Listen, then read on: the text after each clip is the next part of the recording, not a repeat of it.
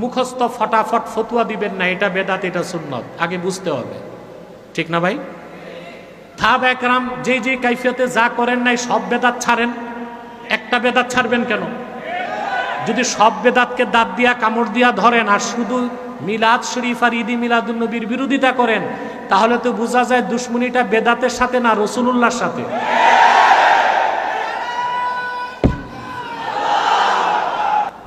ঈদ, ঈদ অর্থ কি? আসরুরুল আয়েদ, খুশি না, যে খুশিটা বারবার ফিরে আসে। পারিভাষিক অর্থে ঈদ দুইটা, একটা ঈদুল ফিতর, একটা ঈদুল আযহা। কিন্তু শাব্দিক অর্থে অনেকগুলো দিনকে হাদিসে ঈদ বলা হয়েছে। প্রত্যেক জুমার দিন ঈদের দিন, প্রতি বছর আরাফার দিন ঈদের দিন। আপনি যেদিন বিয়ে করছেন, বছর ঘুরে যখন ফিরে আসে আনন্দ লাগে না? ওটাও ঈদের দিন। সিরাতুন নবী সাল্লাল্লাহু আলাইহি ওয়াসাল্লাম ব্যানারে মাহফিল হয় না? যে কাইফিয়াতে আমরা করি এই কাইফিয়াতে সাহাবা একরাম করেছেন। যে কাইফিয়াতে আমরা ঈদ মিলাদুন নবী সাল্লাল্লাহু আলাইহি ওয়াসাল্লাম পালন করি, কাইফিয়াত যদি এভাবে সাহাবা একরামের যুগে নাও ছিল, তাই বলে এটাকে বেদাত বা শিরক বলে দ্বন্দ্ব সৃষ্টি করাটা চরম পর্যায়ের নির্বুদ্ধিতা ছাড়া আর কিছুই। মাসলাক আমারটা আমার থাক, তোমারটা তোমার থাক। এখন তুমি যখন ফতুয়া দিবা আমাকে বেদাতি, আমি তো তখন তোমার দাঁত গণব, ঠিক না? সূত্রপাত তো এখানে। একটা অভ্যুত্থানের পরও আপনারা জাতি হিসেবে এক হতে পারেন নাই। অভ্যুত্থানটাও কোরআন সুন্নাহর আদর্শে হয় নাই, আর অভ্যুত্থান পরবর্তী যা কিছু হয়েছে রাসূলুল্লাহর আদর্শের অনুসরণে হয় নাই, কোরআন সুন্নাহর নীতিতে হয় নাই। সেজন্য এখনো রক্ত ঝরছে, এখনো মানুষ মার খাচ্ছে, মানুষের সম্পদ নিরাপদ নয়, মানুষ সুখে শান্তিতে বসবাস করতে পারছে না, অশান্তির আগুনে দগ্ধ হচ্ছে জাতি। যদি বাংলাদেশকে একটি নিরাপদ জনপদে পরিণত করতে হয়, কোরআন ও সুন্নাহর অনুসরণে জাতিকে ঐক্যবদ্ধ হতে হবে, ঈমানের ভিত্তিতে দ্বীন প্রতিষ্ঠার স্বার্থে। আজ মার্কিন যুক্তরাষ্ট্রের প্রত্যক্ষ মদদে ইসরায়েল হামলা করছে কাতারে, সিরিয়াতে, ফিলিস্তিনে গণহত্যা চালাচ্ছে। আজকে সময় এসেছে মুসলিম রাষ্ট্র প্রধানদেরকে অনুধাবন করতে হবে, জাতিসংঘ হচ্ছে খ্রিস্টানদের একটা জুয়া খেলার ঘর। জাতিসংঘে অস্ত্র ব্যবসা হয়, ওটা জুয়া খেলার ঘর।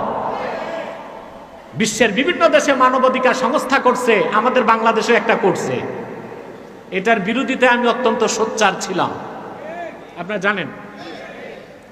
কিন্তু আমাদের বাকি বন্ধুদের সহযোগিতা পাই নাই। ওনারা কেউ কেউ যে পারচেজ হয়ে গেছে, তা আমার আর ক্ষমতাই কতটুকু? যদ্দূর আল্লাহ দিছেন তদ্দূর করলাম, কিছুটা রেজাল্ট পাইছি। আজকে বাংলাদেশ এত সুন্দর পরিবেশ, এখানে মানবাধিকার সংস্থা আছে, ইসরায়েলে নাই কেন? মানবাধিকার সংস্থা ইসরায়েলে করো, ফিলিস্তিনে করো, গাজাতে করো। আমরা যেদিন মুসলমানেরা জাতিসংঘের কপালে থুতু নিক্ষেপ করে 57টি মুসলিম রাষ্ট্রে এক হতে পারবো, 200 কোটি মুসলমান থুতু নিক্ষেপ করলে ইহুদিরা ভূমধ্য সাগরে ভেসে যাবে ইনশাআল্লাহ। ইন্নাল হামদুলিল্লাহ নাহমাদুহু ওয়া নাস্তাঈনুহু ওয়া নাস্তাগফিরুহু ওয়া নাউযু বিল্লাহি মিন শুরুরি আনফুসিনা ওয়া মিন সাইয়্যাতি আ'মালিনা। من يهده الله فلا مضل له ومن يضلله فلا هادي له ونشهد أن لا إله إلا الله وحده لا شريك له ونشهد أن سيدنا وحبيبنا ومولانا محمدا عبد الله ورسوله صلى الله عليه وعلى آله وصحبه وسلم الذي أكمل الله به قصر النبوة أي ختم الله به النبوة وحكما لا نبي بعده وأعلن في القرآن بالبرهان أن محمدا صلى الله عليه وسلم خاتم النبيين والمرسلين الذي أرسله بالحق بشيرا ونذيرا وداعيا إلى الله بإذنه وسراجا منيرا فقد قال الله تعالى في كلامه المجيد والفرقان الحميد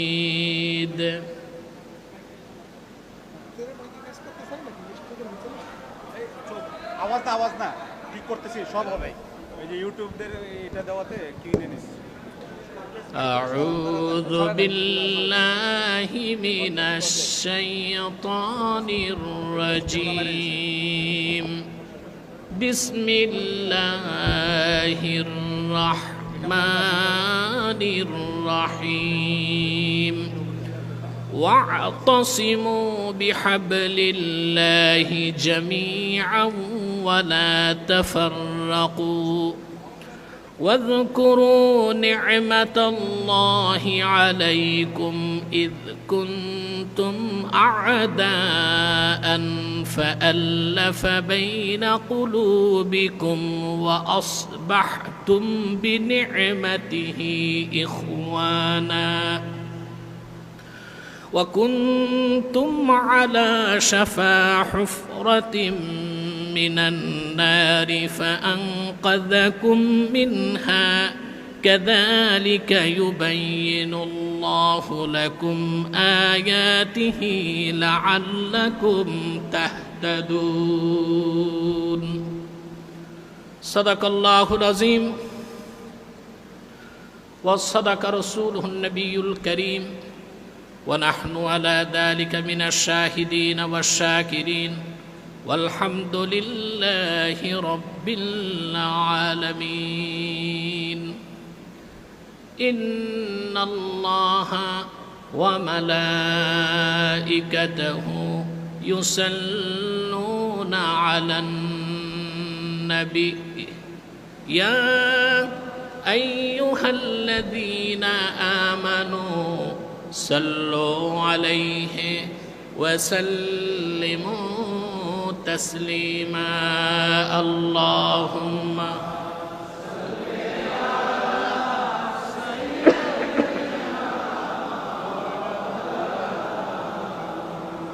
وعلى آل سيدنا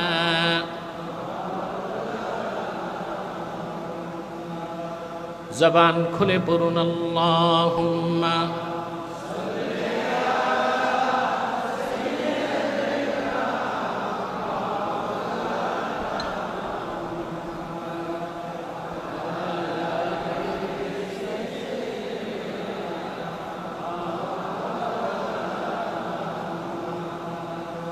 मदीना मदीना मोमिनों की गुनगुना है दीदारे मदीना आशिकों की तमन्ना है अल्लाहुम्मा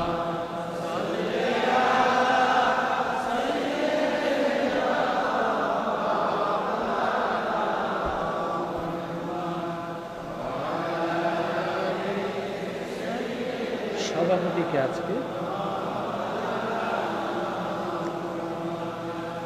मदीने की हवा से जन्नती बू आती है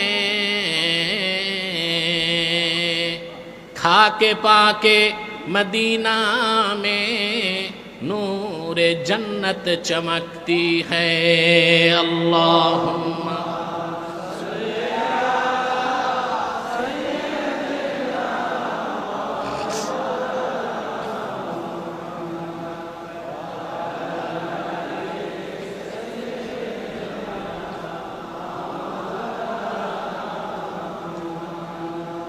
मेरा दिल तड़प रहा है, मेरा जल रहा है सीना,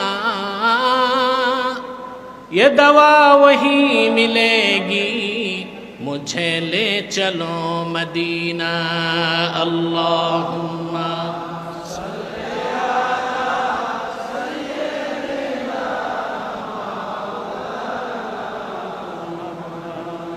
व अला आलि सय्यिदिना मुहम्मदुन रसूलुल्लाहि सल्लल्लाहु अलैहि वसल्लम खतमल्लाहु बिहिन नबुव्वा व हकमन ला नबिय्य बअदहु बलगल उला बिकमालिहि हसनत जमीअ खिसालिहि।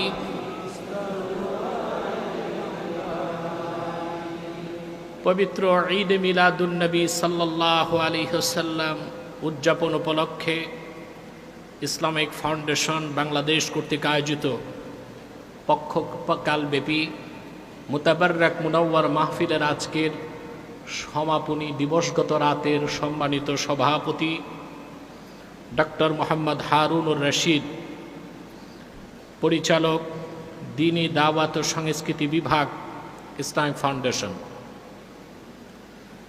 উপস্থিত উলামায়ে কেরাম, তুলাবায়ে এজাম, নগর জীবনের চরম ব্যস্ততার মধ্যেও আজকের এই মহতি মাহফিলে যারা উপস্থিত হয়েছেন, স্বেচ্ছায় সানন্দে স্বতঃস্ফূর্তভাবে মনের আনন্দে, তাদের সকলকে আমার পক্ষ থেকে হৃদয় নিংড়ানো ভালোবাসা, শুভেচ্ছা এবং অভিনন্দন জ্ঞাপন করছি।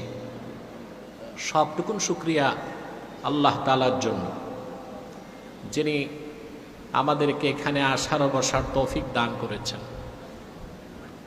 এবং আল্লাহ তার হাবিবের জিক্র ও দ্বীনের ফিকির করার জন্য কবুল করেছেন। সেজন্য আসুন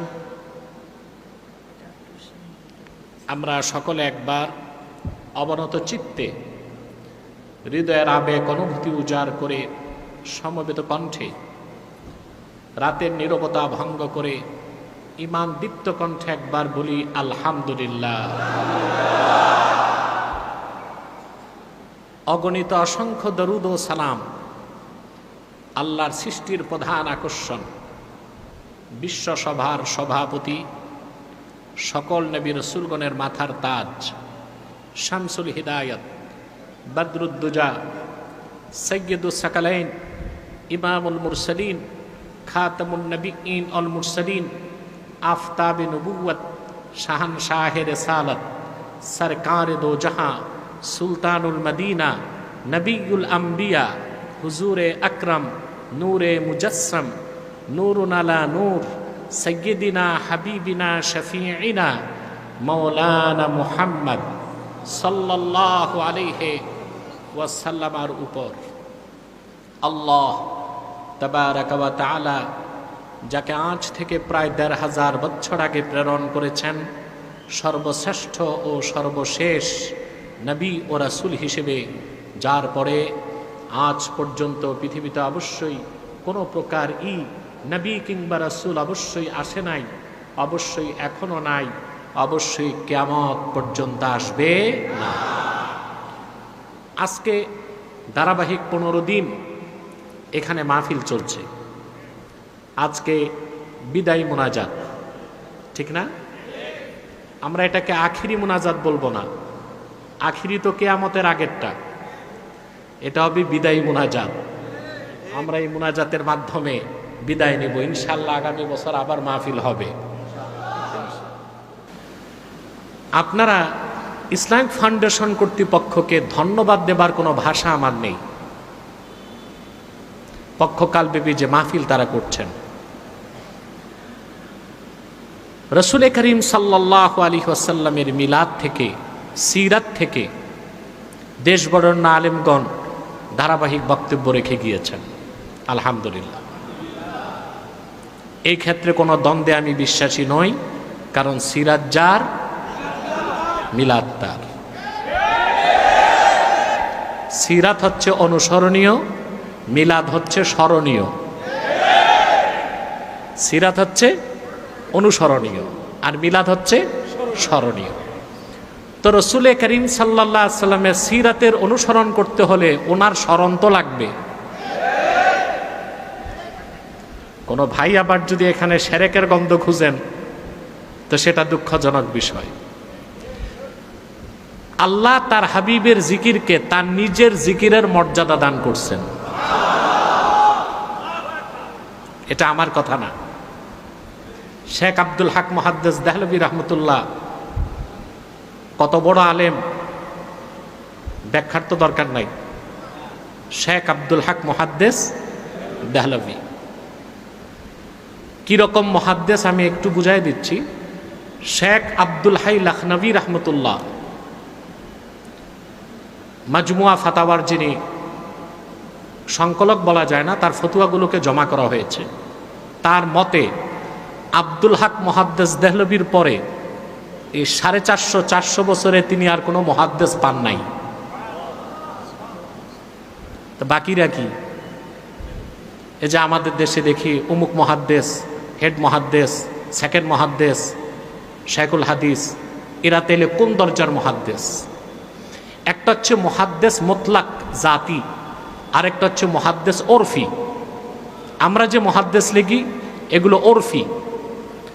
আর জাতি মুহাদ্দিসদের মধ্যে আব্দুল হাই লখনভীর মতে শেখ আব্দুল হক মুহাদ্দিস দেহলভী ছিলেন তার দৃষ্টিতে আর কোনো মুহাদ্দিস তারপরে তিনি পান নাই। জাজবুল কুলুব ইলা দিয়ারিল মাহবুব কিতাবে তিনি একটি হাদিস উল্লেখ করেছেন। আল্লাহর হাবিব ইরশাদ করেছেন, মান যাকারানি ফাকাদ যাকারাল্লাহ, যে আমার জিকির করলো সে আল্লাহর জিকির করলো। রাসূলুল্লাহ সাল্লাল্লাহু আলাইহি ওয়াসাল্লাম বলেছেন যে আমার জিকির করলো সে আল্লাহর জিকির করলো। ভিন্ন ভিন্ন শব্দে কাজী আয়াজ ও কিতাবু শেফাতে কয়েকটা হাদিস এনেছেন।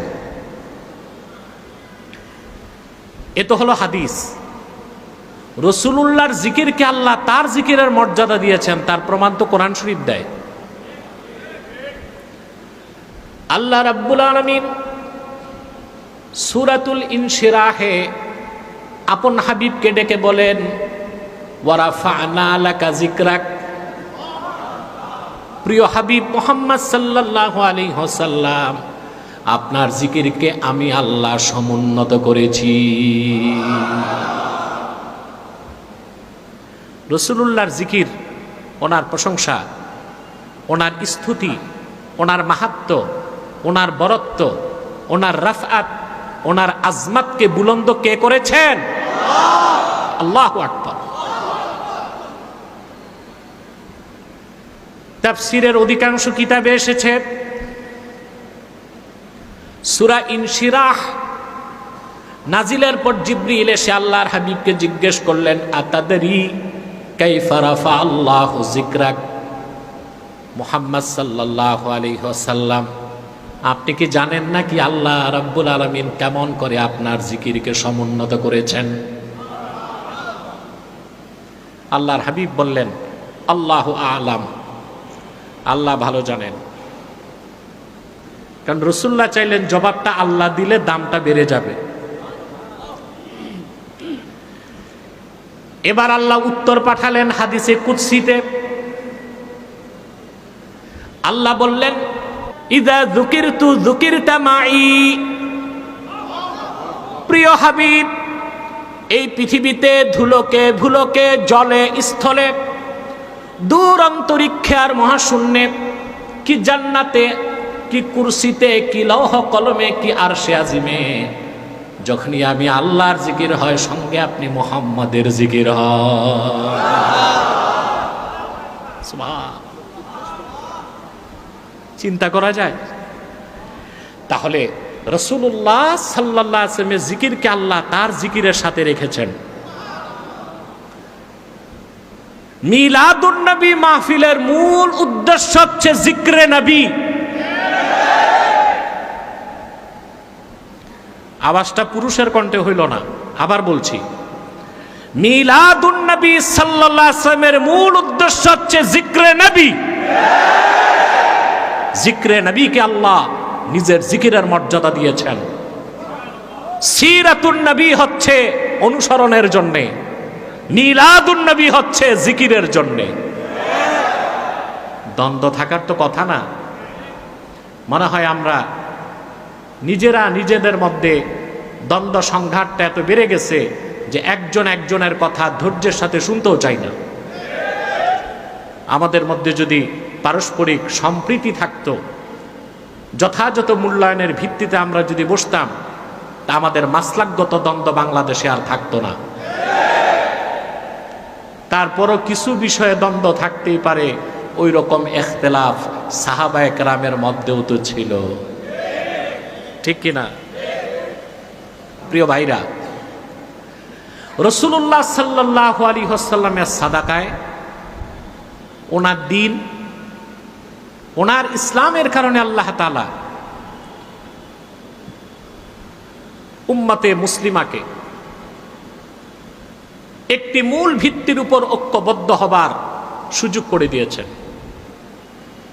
রাসূল করিম সাল্লাল্লাহু আলাইহি ওয়াসাল্লাম শুধু মুসলমানদের হেদায়েতের জন্য আসেন নাই, তিনি তো গোটা সৃষ্টি জগতের মানুষের হেদায়েতের জন্য এসেছেন, ঠিক না?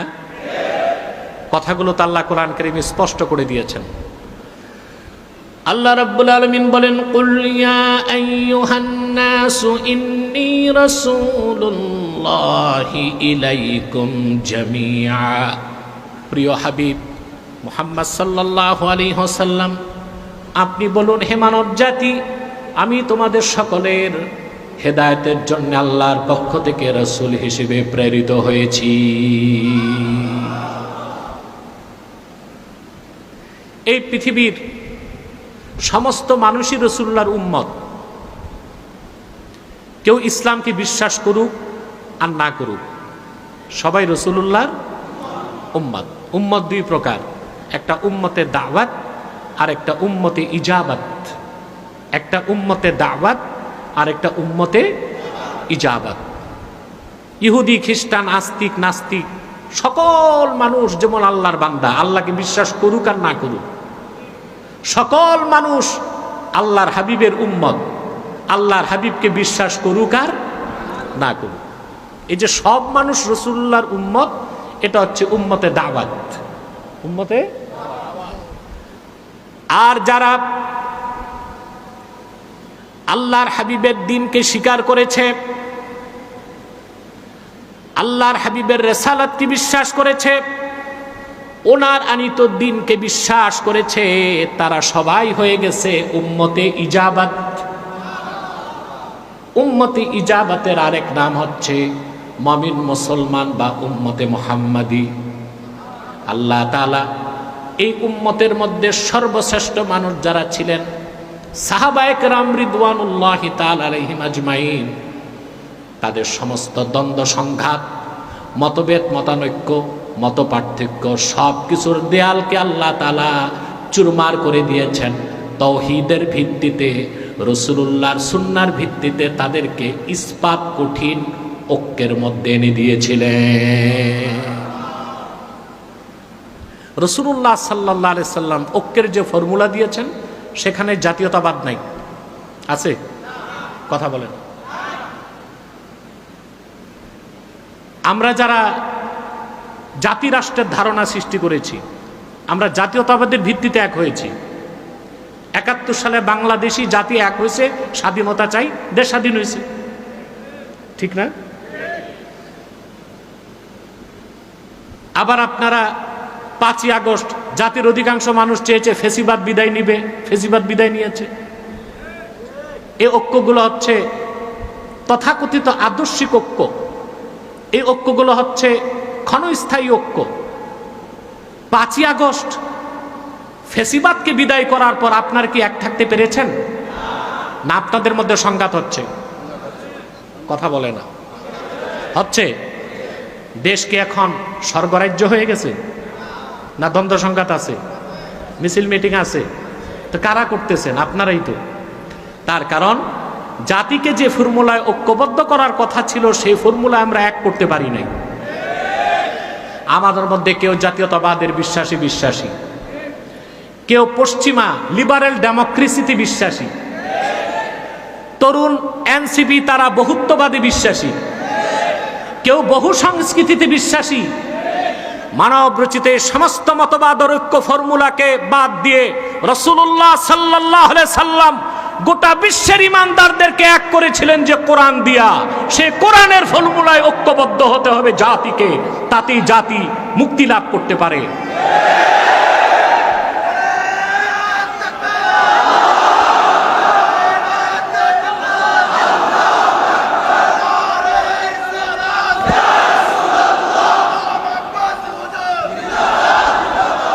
এবার আসেন রাসূলুল্লাহ সাল্লাল্লাহু আলাইহি ওয়াসাল্লাম কি ফর্মুলা দিলেন ঐক্যের জন্য।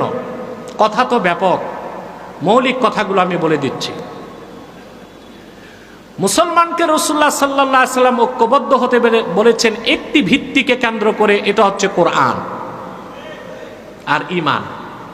কোরআন আর ঈমান। ঈমানের প্রশ্নে যদি মুসলমান এক হয় আর উদ্দেশ্য যদি এক হয়, মুসলমানের মধ্যে মৌলিক ক্ষেত্রে কোনো বিভেদ খুঁজে পাওয়া যাবে না। সব ইস্পাত কঠিন ঐক্যবদ্ধ হয়ে যেতে বাধ্য হবে, বলেন সুবহানাল্লাহ। আর ফুরুয়াতের দ্বন্দ্ব, শাখা প্রশাখায়, যেমন আমি সালাতু সালাম দাঁড়ায় পড়ি, কেউ দাঁড়ায় না বসে পড়ে, এটা মাসলাকগত দ্বন্দ্ব, এটা মৌলিক ক্ষেত্রের কোনো দ্বন্দ্ব।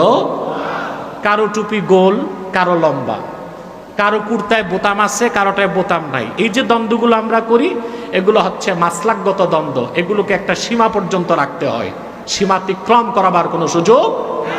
যদি সীমা অতিক্রম হয়ে যায়, তখন আমাদের মৌলিক ক্ষেত্রে আঘাত আসবে, কাফের মুশরিক বেঈমান আমাদেরকে টার্গেট করার সুযোগ পাবে।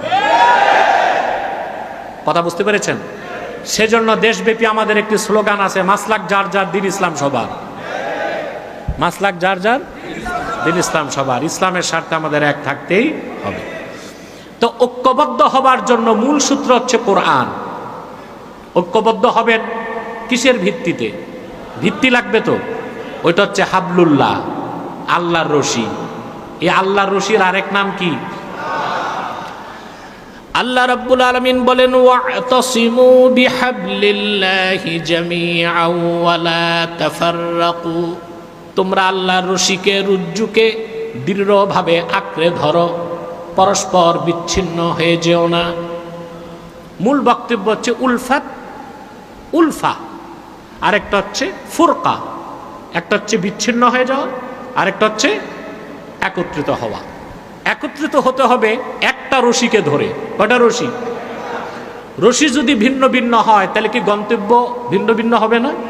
রশি যদি একটা হয়, একটা আল্লাহর পক্ষ থেকে নাজাতের জন্য, কল্যাণের জন্য, বেহেশতে যাবার জন্য একটাই রশি, যার নাম হাবলুল্লাহিল মাতিন, এ কোরআন। এ কোরআনকে ভিত্তি করে আল্লাহ তাআলা ঐক্যবদ্ধ হতে বলেছেন, বলেন সুবহানাল্লাহ। ভাইরা আমার, হযরতে আবু সাঈদ খুদরি রাদিয়াল্লাহু তাআলা আনহু এই আয়াতের ব্যাখ্যা করতে যে তিনি বলেন, ক্বালা রাসূলুল্লাহ সাল্লাল্লাহু আলাইহি ওয়াসাল্লাম, কিতাবুল্লাহ হুয়া হাবলুল্লাহিল মামদুদ মিনাস সামাই ইলাল আরদ। আল্লাহর কোরআন, আল্লাহর কিতাব, এটা হচ্ছে হাবলুল্লাহিল মামদুদ, আল্লাহর রশি, যা আকাশ থেকে জমিন পর্যন্ত প্রলম্বিত। যেই রশির এক প্রান্ত দুনিয়ায়, আর এক প্রান্ত আল্লাহর জান্নাতে। তাহলে কোরআনকে বাদ দিয়া ঐক্যবদ্ধ হবার কোনো সুযোগ নাই। এখান থেকে বোঝা যায় মুসলমান ঐক্যবদ্ধ হবে একটা ফর্মুলায়। তাদের উদ্দেশ্য এক হতে হবে, স্বার্থ এক হতে হবে। উদ্দেশ্য হচ্ছে ঈমানের ক্ষেত্রে তারা ঐক্যবদ্ধ হয়ে যাবে, আর দিন কায়েমের স্বার্থে তারা একই রকম বিশ্বাসী হবে।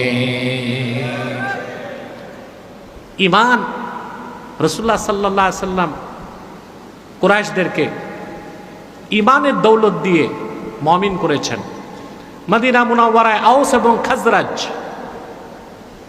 রাসূলুল্লাহ সাল্লাল্লাহু আলাইহি ওয়াসাল্লাম হিজরত করে যাওয়ার আগে 120 বছর তারা যুদ্ধ করেছে ধারাবাহিকভাবে। কত বছর? 120 বছর।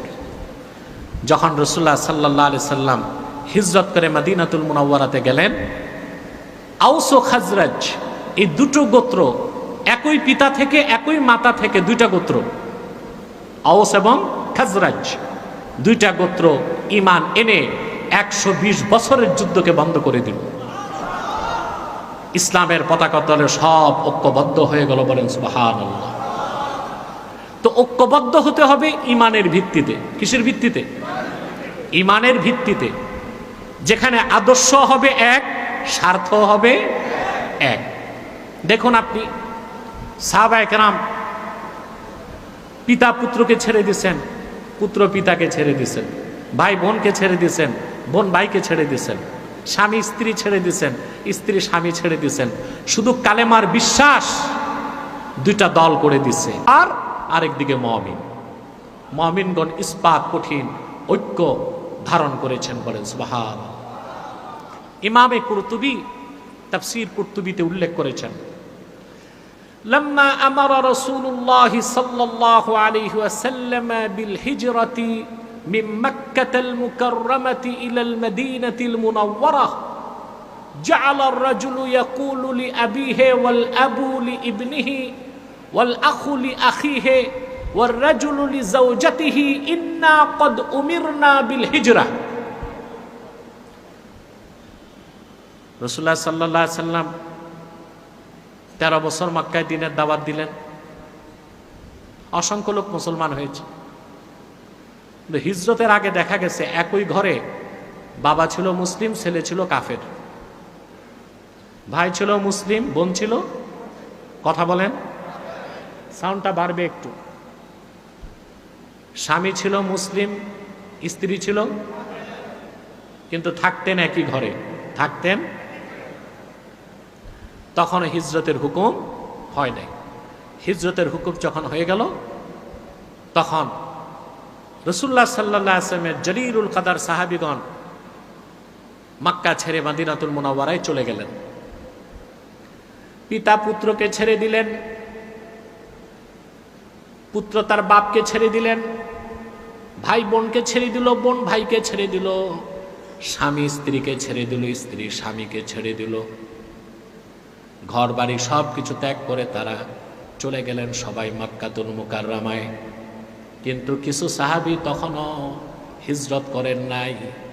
আল্লাহ সঙ্গে সঙ্গে আয়াত নাজিল করে দিলেন, ইয়া আইয়ুহাল্লাযীনা আমানু লা তাত্তাখিযু আবাআকুম ওয়া আবনাআকুম আউলিয়া ইন ইসতাহাব্বুল কুফরা আলাল ঈমান। হে মুমিনগণ, তোমরা তোমাদের পিতাদেরকে, তোমরা তোমাদের সন্তানদেরকে আপন বানিও না যদি তারা ঈমানের উপর কুফরকে প্রাধান্য দেয়। অর্থাৎ যাদের মধ্যে কুফর থাকবে মুমিনদের সাথে তাদের কোনো সম্পর্ক। এই কথা কার? অতএব ঐক্যের নামে মুসলমান কখনো কাফেরদের সাথে ঐক্য করতে পারে না, এটা কোনোদিনও সম্ভব হতে পারে না। কাফেরদের সাথে বাণিজ্যিক চুক্তি হইতে পারে, সামরিক চুক্তি হতে পারে, আমদানি রপ্তানি চুক্তি হতে পারে, কিন্তু কোন মুসলিম জাতি সত্তার সাথে অন্য মুসলিম জাতি সত্তার ভাতৃপ্রতিম সম্পর্ক হতে পারে না। পারে? পারে। কিন্তু আমাদের মতিভ্রম ঘটছে, এখনো অনেক দালাল রয়ে গেছে যারা পাশের বাড়ির সাথে আবার আত্মীয়তা করতে চায়। চিনেন আপনারা পাশের বাড়ির শত্রু কারা? আপনারা ভালো করেই চিনেন। কোনদিন তারা আমাদের সাথে বন্ধুসুলভ আচরণ করেছে? দেশ স্বাধীনের 50 বছরে কি না করেছে তারা? বাঁধ নির্মাণ করে পানিতে বঞ্চিত করেছে, লক্ষ লক্ষ বোতল ফ্যান্সিডিল তৈরি করে আমার যুব সমাজকে ধ্বংস করেছে। বাংলাদেশে সহিংসতা সন্ত্রাস সৃষ্টি করেছে, পরিকল্পিত আন্দোলন তৈরি করে বাংলাদেশে বিদেশি বিনিয়োগকে ক্যান্সেল করেছে। আজকে ফিলিস্তিনের দিকে তাকান, জাতিসংঘে তো প্রায় 200 রাষ্ট্র আছে, এর মধ্যে 57টা মুসলিম রাষ্ট্র আছে, নাই? অমুসলিমরা যে মুসলিমদের কোনোদিন বন্ধু হতে পারে না তার প্রমাণ হচ্ছে জাতিসংঘ। আজকে 23 মাসে বিশ্ব সন্ত্রাসী ইসরায়েল 65,000 নিরীহ মানুষকে ফিলিস্তিনে হত্যা করেছে, কিন্তু এখন পর্যন্ত জাতিসংঘের পক্ষ থেকে ইসরায়েলকে যুদ্ধাপরাধী রাষ্ট্র হিসেবে ঘোষণা দেওয়া হয় নাই। কারণ আল কুফরু মিল্লাতুন ওয়াহেদা, সকল কুফুরি শক্তি একটা জাতি, আর মুসলমান একটা জাতি। মুসলিম জাতির সাথে অমুসলিমদের কোনোদিন বন্ধুত্ব আর ঐক্য হতে পারে না। মুসলমানের ঐক্যের মূল মন্ত্র হচ্ছে ঈমান এবং ইসলাম।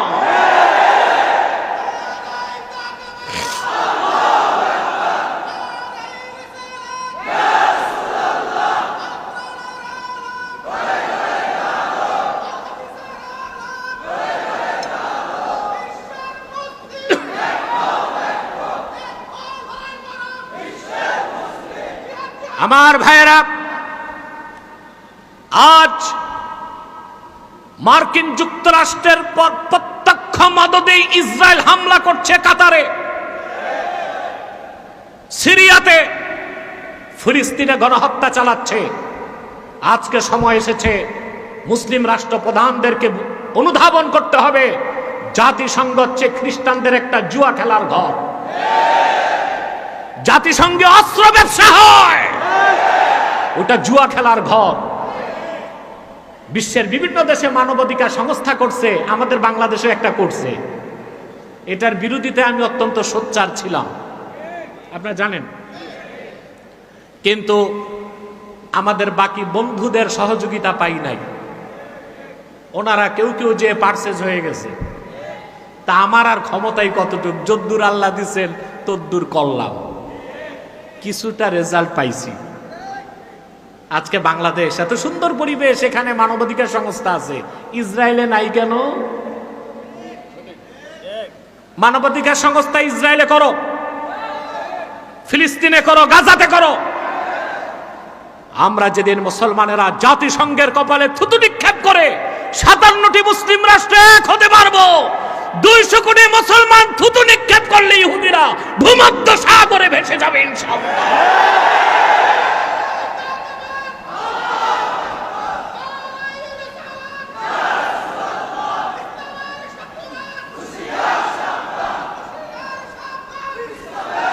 আমার ভাইয়েরা, ইমানের সম্পর্ক ছাড়া মুসলিমদের মধ্যে আন্তরিক সম্প্রীতি কোনোদিন আসতে পারে না। লক্ষ্য করে দেখুন, হিজরতের আদেশ করার পরে অনেক সাহাবী হিজরত করলেন, অনেকে করেন নাই। আল্লাহ ধমক দিয়ে বললেন, এখনো তোমরা আমার হুকুম মেনে হিজরত কেন করো নাই? তোমাদের যারা পিতারা কাফের কিংবা সন্তানরা কাফের, তাদের সাথে তোমাদের কোনো সম্পর্ক নাই, তারা তোমাদের আপন হতে পারে না যদি না তারা ঈমানের উপর কুফরকে প্রাধান্য দেয়। সমস্ত সাহাবীগণ হিজরত করে চলে গেলেন মদিনাতুল মুনাওয়ারায়। মক্কা মুকাররমা থেকে অনেক সাহাবী হিজরত করেছেন। কেউ বাপকে ছেড়েছেন, সন্তান বাপকে ছেড়েছে, বাপ সন্তানকে ছেড়েছে, ভাই বোনকে ছেড়েছে, বোন ভাইকে ছেড়েছে, স্বামী স্ত্রীকে ছেড়েছে, স্ত্রী স্বামীকে ছেড়েছে। কুফরকে ত্যাগ করে ইমানের প্ল্যাটফর্মে সবাই যে মদিনাতুল মুনাওয়ারাতে ঐক্যবদ্ধ হয়ে গেলে। আর রাসূলুল্লাহ সাল্লাল্লাহু আলাইহি সাল্লামের কাছে ইমানের দাওয়াত পেয়ে আউস এবং খাজরাজ দুটো গোত্র 120 বছরের যুদ্ধ বন্ধ করে কাঁধে কাঁধ মিলিয়ে দ্বীনের সৈনিক হয়ে গেলেন। যারা বদরে যুদ্ধ করেছেন, অহুদে যুদ্ধ করেছেন, আল্লাহ দ্বীনকে প্রতিষ্ঠার জন্য ইস্পাত কঠিন সীসা ঢালা প্রাচীরের মতো কঠিন ভাবে তারা ঐক্যকে ধরে রেখেছিলেন, বলেন সুবহানাল্লাহ। অতএব ঈমান আর কোরআন বাদ দিয়া, ঈমান ইসলাম কোরআন বাদ দিয়া মুসলমানের ঐক্যের কোনো ব্যবস্থা। কোনো ব্যবস্থা। এই জন্যই তো আপনারা দেখেছেন একটা অভ্যুত্থানের পরও আপনারা জাতি হিসেবে এক হতে পারেন নাই, পেরেছেন? কারণ অভ্যুত্থানটাও ছিল কোরআন সুন্নাহর আদর্শে হয় নাই, আর অভ্যুত্থান পরবর্তী যা কিছু হয়েছে রাসূলুল্লাহর আদর্শের অনুসরণে হয় নাই, কোরআন সুন্নাহর নীতিতে হয় নাই। সেজন্য এখনো রক্ত ঝরছে, এখনো মানুষ মার খাচ্ছে, মানুষের সম্পদ নিরাপদ নয়, মানুষ সুখে শান্তিতে বসবাস করতে পারছে না, অশান্তির আগুনে দগ্ধ হচ্ছে জাতি। যদি বাংলাদেশকে একটি নিরাপদ জনপদে পরিণত করতে হয়, কোরআন ও সুন্নাহর অনুসরণে জাতিকে ঐক্যবদ্ধ হতে হবে, ঈমানের ভিত্তিতে, দ্বীন প্রতিষ্ঠার স্বার্থে। কিসের ভিত্তিতে? ভিত্তি হবে ঈমান, স্বার্থ হবে দ্বীন। ভিত্তি হবে, স্বার্থ হবে। সাহাবায়ে কেরাম রিদওয়ানুল্লাহি তাআলা আলাইহিম আজমাইন ঈমানের কারণে ঐক্যবদ্ধ হয়েছিলেন। তারা তাদের পিতা, আত্মীয় স্বজন, স্ত্রী পরিজন, সন্তান সব কিছুকে ছেড়ে দিয়েছিলেন। আমি ছোট্ট একটা দৃষ্টান্ত দিচ্ছি আপনাদেরকে। মক্কাতুল মুকাররমায় রাসূল করিম সাল্লাল্লাহু আলাইহি ওয়াসাল্লামের সাহাবীগণের মধ্যে সবচেয়ে ধনী সাহাবী ছিলেন হযরতে মুসআব ইবনে উমাইর। কি নাম? মুসআব ইবনে উমাইর রাদিয়াল্লাহু তাআলা আনহু, জলিলুল কদর সাহাবী। ঈমান আনার আগে তিনি ছিলেন মক্কাতুল মুকাররমায় সবচেয়ে ধনী মানুষ, সবচেয়ে ধনী মানুষ। কত বড় ধনী ছিলেন আসমাউর রিজালের কিতাবে এসেছে। হযরত মুসআব বিন উমাইর রাদিয়াল্লাহু তাআলা আনহু প্রতিদিন দস্তরখানে ৭০ জন মেহমানকে বসাতেন। কতজন? প্রত্যেক মেহমানকে খাদ্য পরিবেশন করতেন সোনার রূপার বাটিতে। মেহমানদারির পরে মেহমানদেরকে অকাতরে সোনার রূপার বাটিগুলো হাদিয়া করে দিতেন। এ লোকটি মুসলমান হয়ে চলে গেলেন হিজরত করে মদিনাতুল মুনাওয়ারায়। বদর যুদ্ধে তিনি আল্লাহর হাবিবের সঙ্গে ছিলেন। তার আপন ভাই ছিল আমের ইবনে উমাইর। বদর যুদ্ধে সে ছিল কাফের। বদর যুদ্ধে কাফেররা পরাজিত হবার পরে আমের বিন উমাইর তিনিও বন্দী হয়ে গেলেন। চতুর আমের বিন উমাইর সাহাবায়ে কেরামকে বললেন, সাহাবীরা, আমি রাসূলুল্লাহর বিশিষ্ট সাহাবী মুসআব বিন উমাইরের আপন ভাই। পরিচয়টা পেয়ে সাহাবায়ে কেরাম আমের বিন উমাইরের হাতের বাঁধন ঢিলা করে দিলেন। সকালবেলা সাহাবায়ে কেরাম মুসআব বিন উমাইরকে বললেন, মুসআব, শুধুমাত্র আপনার আপন ভাই পরিচয় পেয়ে আমের বিন উমাইরের হাতের বাঁধন আমরা ঢিলা করে দিয়েছি। রাসূলুল্লাহর সাহাবী মুসআব বিন উমাইর বললেন, কাবার মালিক আল্লাহর কসম, সাহাবীরা শুনে রাখো, বদর যুদ্ধে আল্লাহ রসুলের বিরুদ্ধে যে তরবারি হাতে নিয়েছে ওই রকম কুলাঙ্গার আমার ভাই হতে পারে না। শক্ত করে বাঁধো। আর তার মায়ের প্রচুর টাকা, মনে মনে নিজেরও মা, কিন্তু মা তো কাফের, বলে তার মায়ের প্রচুর টাকা, মুক্তিপণ নিয়ে তাকে মুক্ত করো। সাহাবায়ে কেরামের সম্প্রীতি, ঐক্য, ভালোবাসার মূল মানদণ্ড তাদের কাছে ছিল ঈমান এবং ইসলাম। এর বাইরে যে তারা কোনো সম্প্রীতি, সদ্ভাব, বন্ধুত্ব, ভ্রাতৃত্ব, ঐক্যের কোনো চিন্তা করতেন না। আমরাও যদি উম্মতে মুসলিমা ঐক্যবদ্ধ হতে চাই, রাসূলুল্লাহ সাল্লাল্লাহু আলাইহি সাল্লামের সুমহান সাহাবীদের আদর্শের অনুসরণ করতে হবে। ঠিক কিনা? আমাদের মধ্যে অনেকে ঐক্য হতে চায়, ঐক্য করতে চায়, ভাবসাব এইরকম যে ঐক্য করতে করতে হিন্দু, বৌদ্ধ, খ্রিস্টান ঐক্য পরিষদের সাথে ঐক্য করা শুরু করে দিচ্ছে। কষ্ট পাবেন না আমার কথায়। ইসলামের শত্রু, আল্লাহর শত্রু, রাসূলুল্লাহর শত্রু যারা, তাদের সাথে আমাদের আচরণ ভালো হইতে পারে, সহাবস্থান হতে পারে, অধিকার দিতে পারি, মানবিক সাহায্য করতে পারি, কিন্তু তাদের সাথে আমাদের বন্ধুত্বের কোনো চুক্তি সম্পর্ক হতে পারে না। পারে? আমরা এগুলো করি। আমরা অতি মানবতাবাদী, অতি উদার, প্রশস্ত হৃদয়ের পরিচয় দিতে যে হিন্দু বৌদ্ধ খ্রিস্টানদের সাথে একই পাতে খাওয়া দাওয়া শুরু করে দিছি, ধ্বংস হয়ে যাবেন। এটা মানবিকতা নয়, এটা হচ্ছে বেকুফি, এটা নির্বুদ্ধিতা।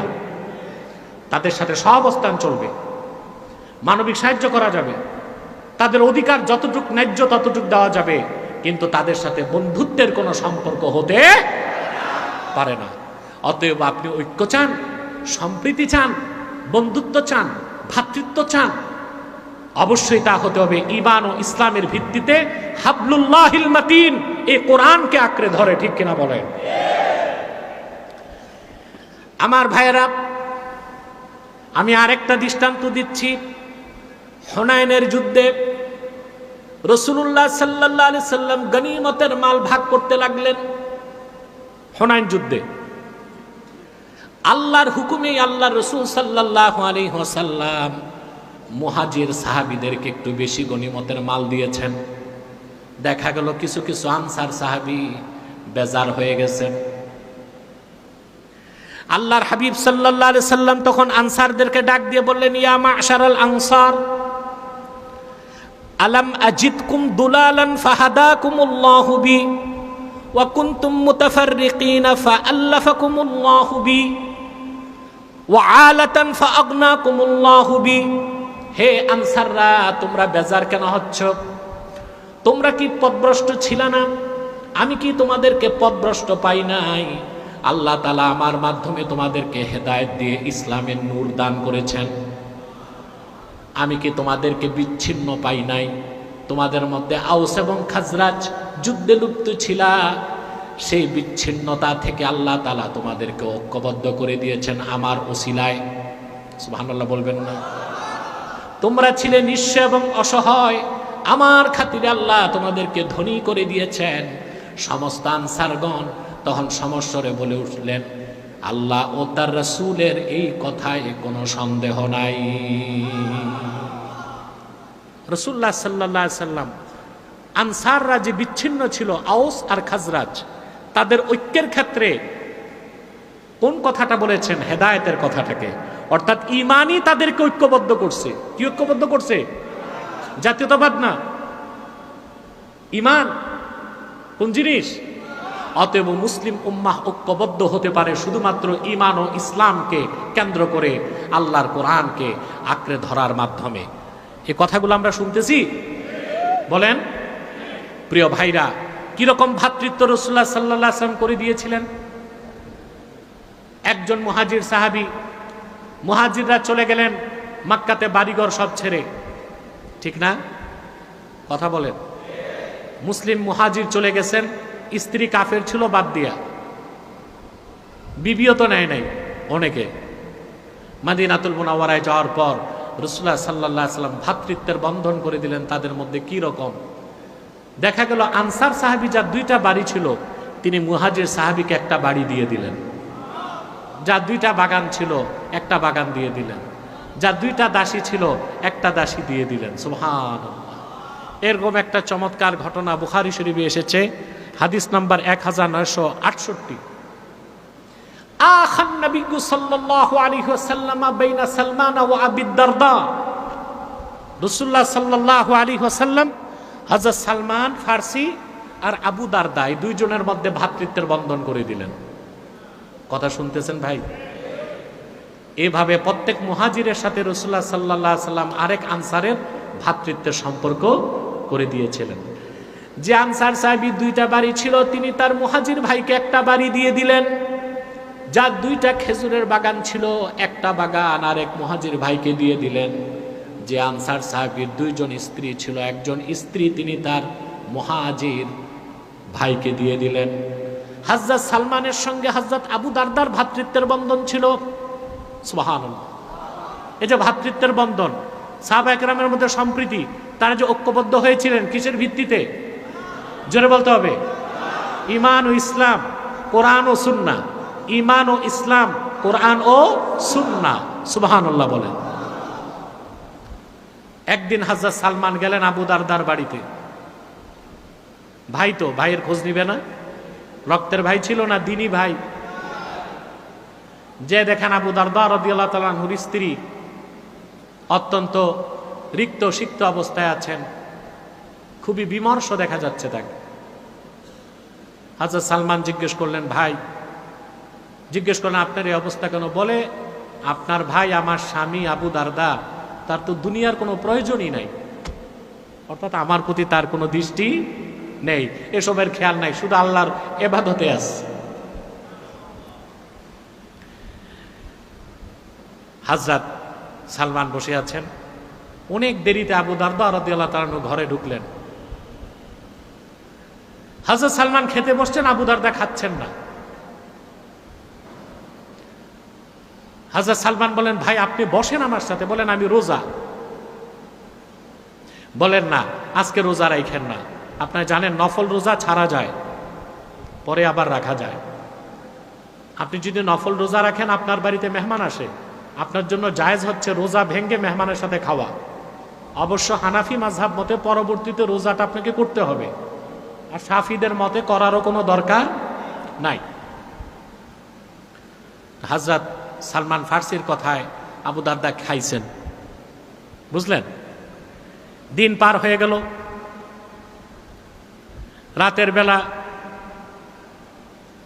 হযরত আবু দারদা তাহাজ্জুদ নামাজে দাঁড়ায় গেছেন, এশার নামাজের পরপরই। হযরতে সালমান ফার্সি বললেন, ভাই এখন তাহাজ্জুদের সময় হয় নাই, এখন ঘুমান।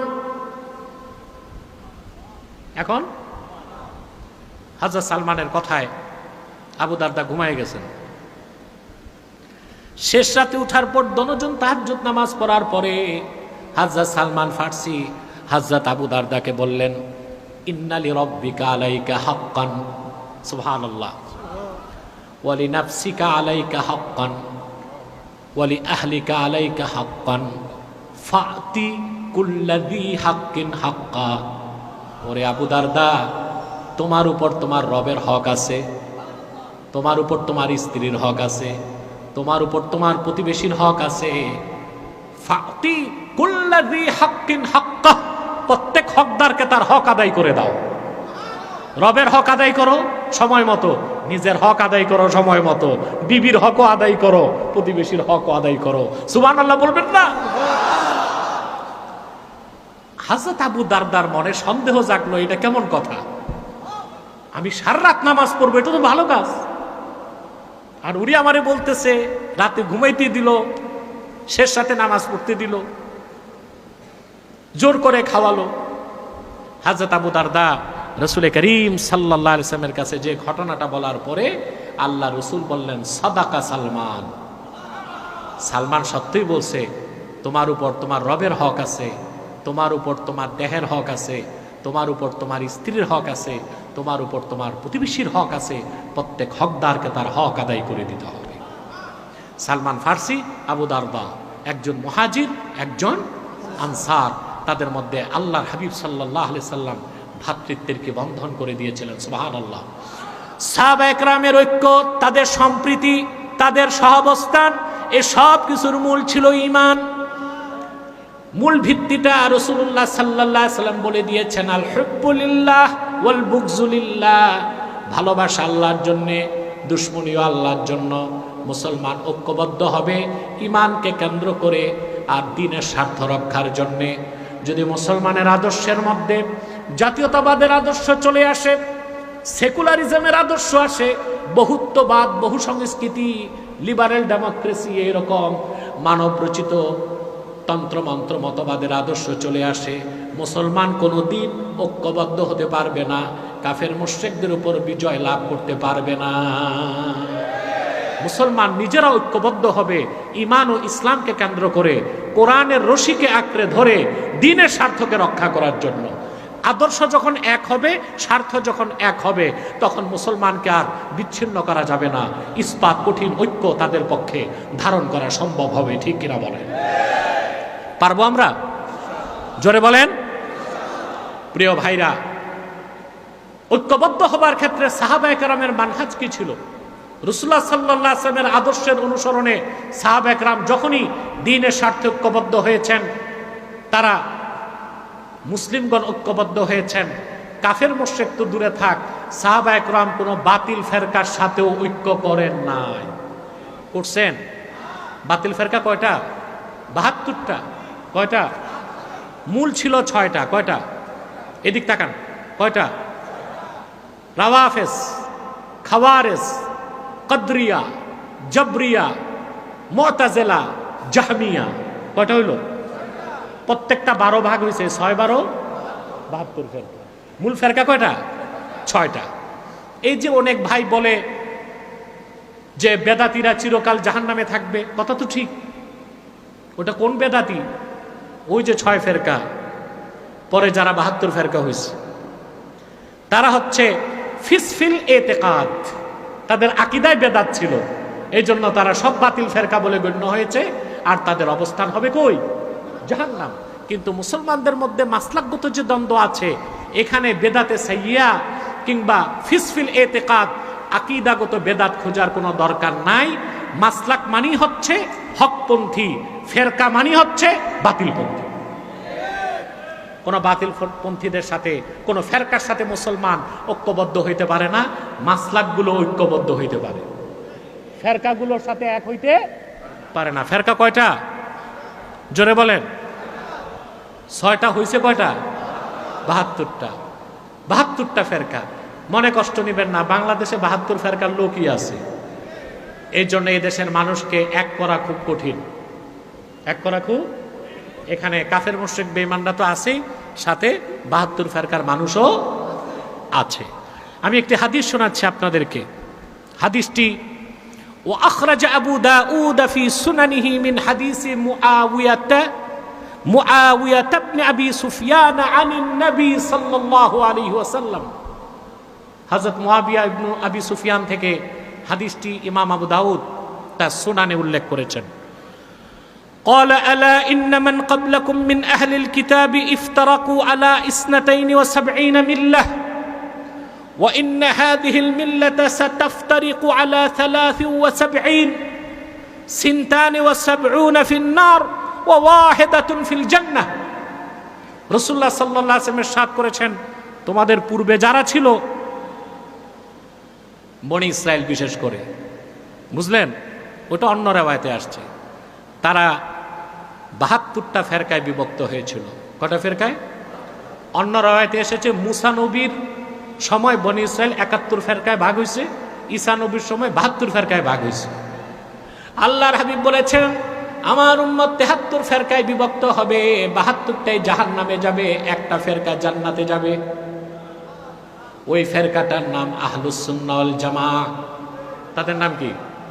আহলুস সুন্নাহ ওয়াল জামাআহ। আহলুস সুন্নাহ, সুন্নাহ কি? আম্মা সুন্নাতু ফাহিয়া মা সান্না রাসূলুল্লাহ সাল্লাল্লাহু আলাইহি ওয়াসাল্লাম ওয়াল জামাআতু মাত্তাফাকা আলাইহি সাহাবা। রাসূলুল্লাহ সাল্লাল্লাহু আলাইহি ওয়াসাল্লাম নীতি হিসেবে যেটা নির্ধারণ করেছেন, ওইটাই হচ্ছে সুন্নাত।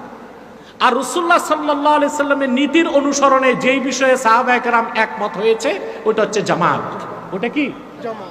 এটার অনুসরণীয় হচ্ছে আহলুস সুন্নাহ ওয়াল জামাত। তাহলে আহলুস সুন্নাহ ওয়াল জামাতের মধ্যে মাসলাকগত দ্বন্দ্ব থাকতে পারে, কারো টুপি গোল, কারো লম্বা, কেউ মিলাদ শরীফে দাঁড়ায় সালাম পড়বে, কেউ দাঁড়ায় সালাম পড়াটাকে ফরজ ওয়াজিব মনে করলো না, বসে থাকলো। এগুলো হচ্ছে মাসলাকগত দ্বন্দ্ব। এগুলোকে আমরা ফেরকাগত দ্বন্দ্বের মতো মনে করি বাংলাদেশে। সেজন্য একজন একজনের দিকে তাকায় না, একজন একজনের সালাম নেয় না। একজন মাহফিলে আসলে আরেক মাসলাকের লোক ওয়াজ শুনতে যায় না। যে সম্পর্কটা হবে বাতিল ফেরকার সাথে, আমরা সেই রকম উৎকট উদ্ভট বিষ বাষ্প ছড়ায় দিচ্ছি নিজেরা মাসলাকগত দ্বন্দ্ব করে। এটা আমাদের ভবিষ্যৎকে অন্ধকার করবে এবং কাফের মুশরিকদেরকে তাদের স্বার্থ হাসিল করার জন্য বাংলাদেশে একটা বড় ধরনের সুযোগ করে দিবে। মাসলাক আমারটা আমার থাক, তোমারটা তোমার থাক। এখন তুমি যখন ফতুয়া দিবা আমাকে বেদাতি, আমি তো তখন তোমার দাঁত গণব, ঠিক কিনা? সূত্রপাত তো এখানে। এখন একজন বলবে আপনার টুপি এটা কি সুন্নত নাকি? তা আমি যদি প্রশ্ন করি শুধু টুপি পরা সুন্নতে রসুল, একটা দলিল দেখাও। শুধু টুপি পরাই তো সুন্নত না, সুন্নতে সাহাবা। অবশ্যই সুন্নতে রাসূল হবে তখন যখন টুপির সাথে পাগড়ি থাকবে। গোড়ায় খবর নাই, কিন্তু এখানে ফতোয়া দেখতেছে আপনার তো করলি ঠিক নাই, আপনারটা বেশি ওসা, তারটা আরো খাটো। ভাই টুপি জুব্বা কুর্তা নিয়ে ঝগড়া করতে করতে বিজাতি যখন সুযোগ নিবে কল্লাই তো থাকবে না, তো টুপি লাগাবা কই? শুধুমাত্র কাফের মুশরিকদের তাসাব্বুহ বা সাদৃশ্য হয় এই রকম টুপি লাগানো যাবে না। ওরফে যেটাকে টুপি মনে করা হয় সেটা পড়লে সোয়াব পেয়ে যাবে। কথাটা বুঝেন নাই? আবার ভুল বুঝেন না যে আমি বলছি টুপি পরা সুন্নত না, সুন্নতে রাসূল না, শুধু টুপি পরা সুন্নতে সাহাবা। শুধু টুপি পরা রাসূলুল্লাহ সাল্লাল্লাহু আলাইহি ওয়াসাল্লামের সুন্নত হবে তখন যখন টুপির সাথে কি থাকবে? পাগড়ি থাকবে। কথাটা বুঝতেছেন ভাই? প্রিয় ভাইরা, ৭২টা ফেরকা, তাদের কারো সাথে আমাদের কোনো ঐক্য হতে কথা বলেন পারে না। সেজন্য ইসলামের ইতিহাস আমাদেরকে প্রমাণ দেয়। ক্রুসেড যুদ্ধের সময়, ক্রুসেড যুদ্ধ হয়েছে ৭ বার। কয়বার? এই ৭ বার ক্রুসেড যুদ্ধে, শত শত বছরের যুদ্ধে সব সময় মুসলমানদের সাথে ইহুদি খ্রিস্টানদের সাথে ঐক্য করেছিল শিয়া সম্প্রদায়, আর মুসলমানদের বিরোধিতা করেছিল। হযরত আলী রাদিয়াল্লাহু তাআলা আনহুর জামানায় দ্বন্দ্ব হয় নাই? হযরত আলীর দ্বন্দ্ব ছিল খারিজিদের সাথে। কাদের সাথে? খারিজিদের অবস্থান ছিল ইরাকের হারুরাতে। কোথায়? খারিজিদেরকে বুঝাতে হযরত আলী ৩ বার পাঠালেন হযরত ইবনে আব্বাসকে। কতবার? ৩ বার। ৩ বার তারা বুঝলো না। পরিশেষে হযরত আলী তাদের বিরুদ্ধে যুদ্ধ করেছেন। ১২,০০০ খারিজির মধ্যে ৮,০০০ যুদ্ধে নিহত হয়েছে, ৪,০০০ পরাজিত হয়ে পালায়ে গেছে। প্রশ্ন হলো কেন? খারিজিরা তো নামাজ পড়তো ৫ ওয়াক্ত। ইবনে মাজার হাদিসে এসেছে আল্লাহর হাবিব সাবধান করে গেছেন সাহাবায়ে কেরামকে, এমন একটা কম বা দল বের হবে যাদের নামাজ দেখলে তোমাদের নামাজকে তুচ্ছ মনে হবে, যাদের রোজা দেখলে তোমাদের রোজাকে তুচ্ছ মনে হবে। ইয়াকরাউনাল কোরআন, যারা কোরআন পড়বে কিন্তু কোরআন তাদের কণ্ঠলানির নিচে নামবে না। এই খারিজিদের সাথে হযরত আলী যুদ্ধ করলেন। ৮,০০০ খারিজি যুদ্ধে নিহত হলো, ৪,০০০ খারিজি চতুর্দিক পালায় গেল। কেন? হযরত আলী কি ঐক্য করতে পারতেন না? কথা বলেন, কেন করলেন না? বাতিল ফেরকা কি? অথবা এখনো যারা সুন্নি আর শিয়া ঐক্য করতে চায় তাদের মানহাজ ভুল, তাদের কনসেপ্ট ভুল। কোনদিন শিয়াদের সাথে আহলুস সুন্নাল জামাত ঐক্য করতে পারে না। সেই ঐক্য হতে পারে বাণিজ্যিক, হতে পারে সামরিক, হতে পারে আমদানি রপ্তানি, হতে পারে অন্যরকম, কিন্তু ভ্রাতৃত্ব কিংবা কোনো সংস্থা কিংবা কোনো ঐক্যবদ্ধ প্ল্যাটফর্মে আহলুস সুন্নাল জামাত কোনো বাতিল ফেরকাকে নিতে পারে? আহলুত তাশাইয়ুদের ব্যাপারে একটু সাবধান করে দিচ্ছে আপনাদের। শিয়া সম্প্রদায় এর ইসনা আশারিয়া বা 12টা সম্প্রদায় তারা, কিন্তু মূল 2 ভাগ, একটা আহলুত তাশাইয়্যু কুবরা আর একটা আহলুত তাশাইয়্যু সুগরা।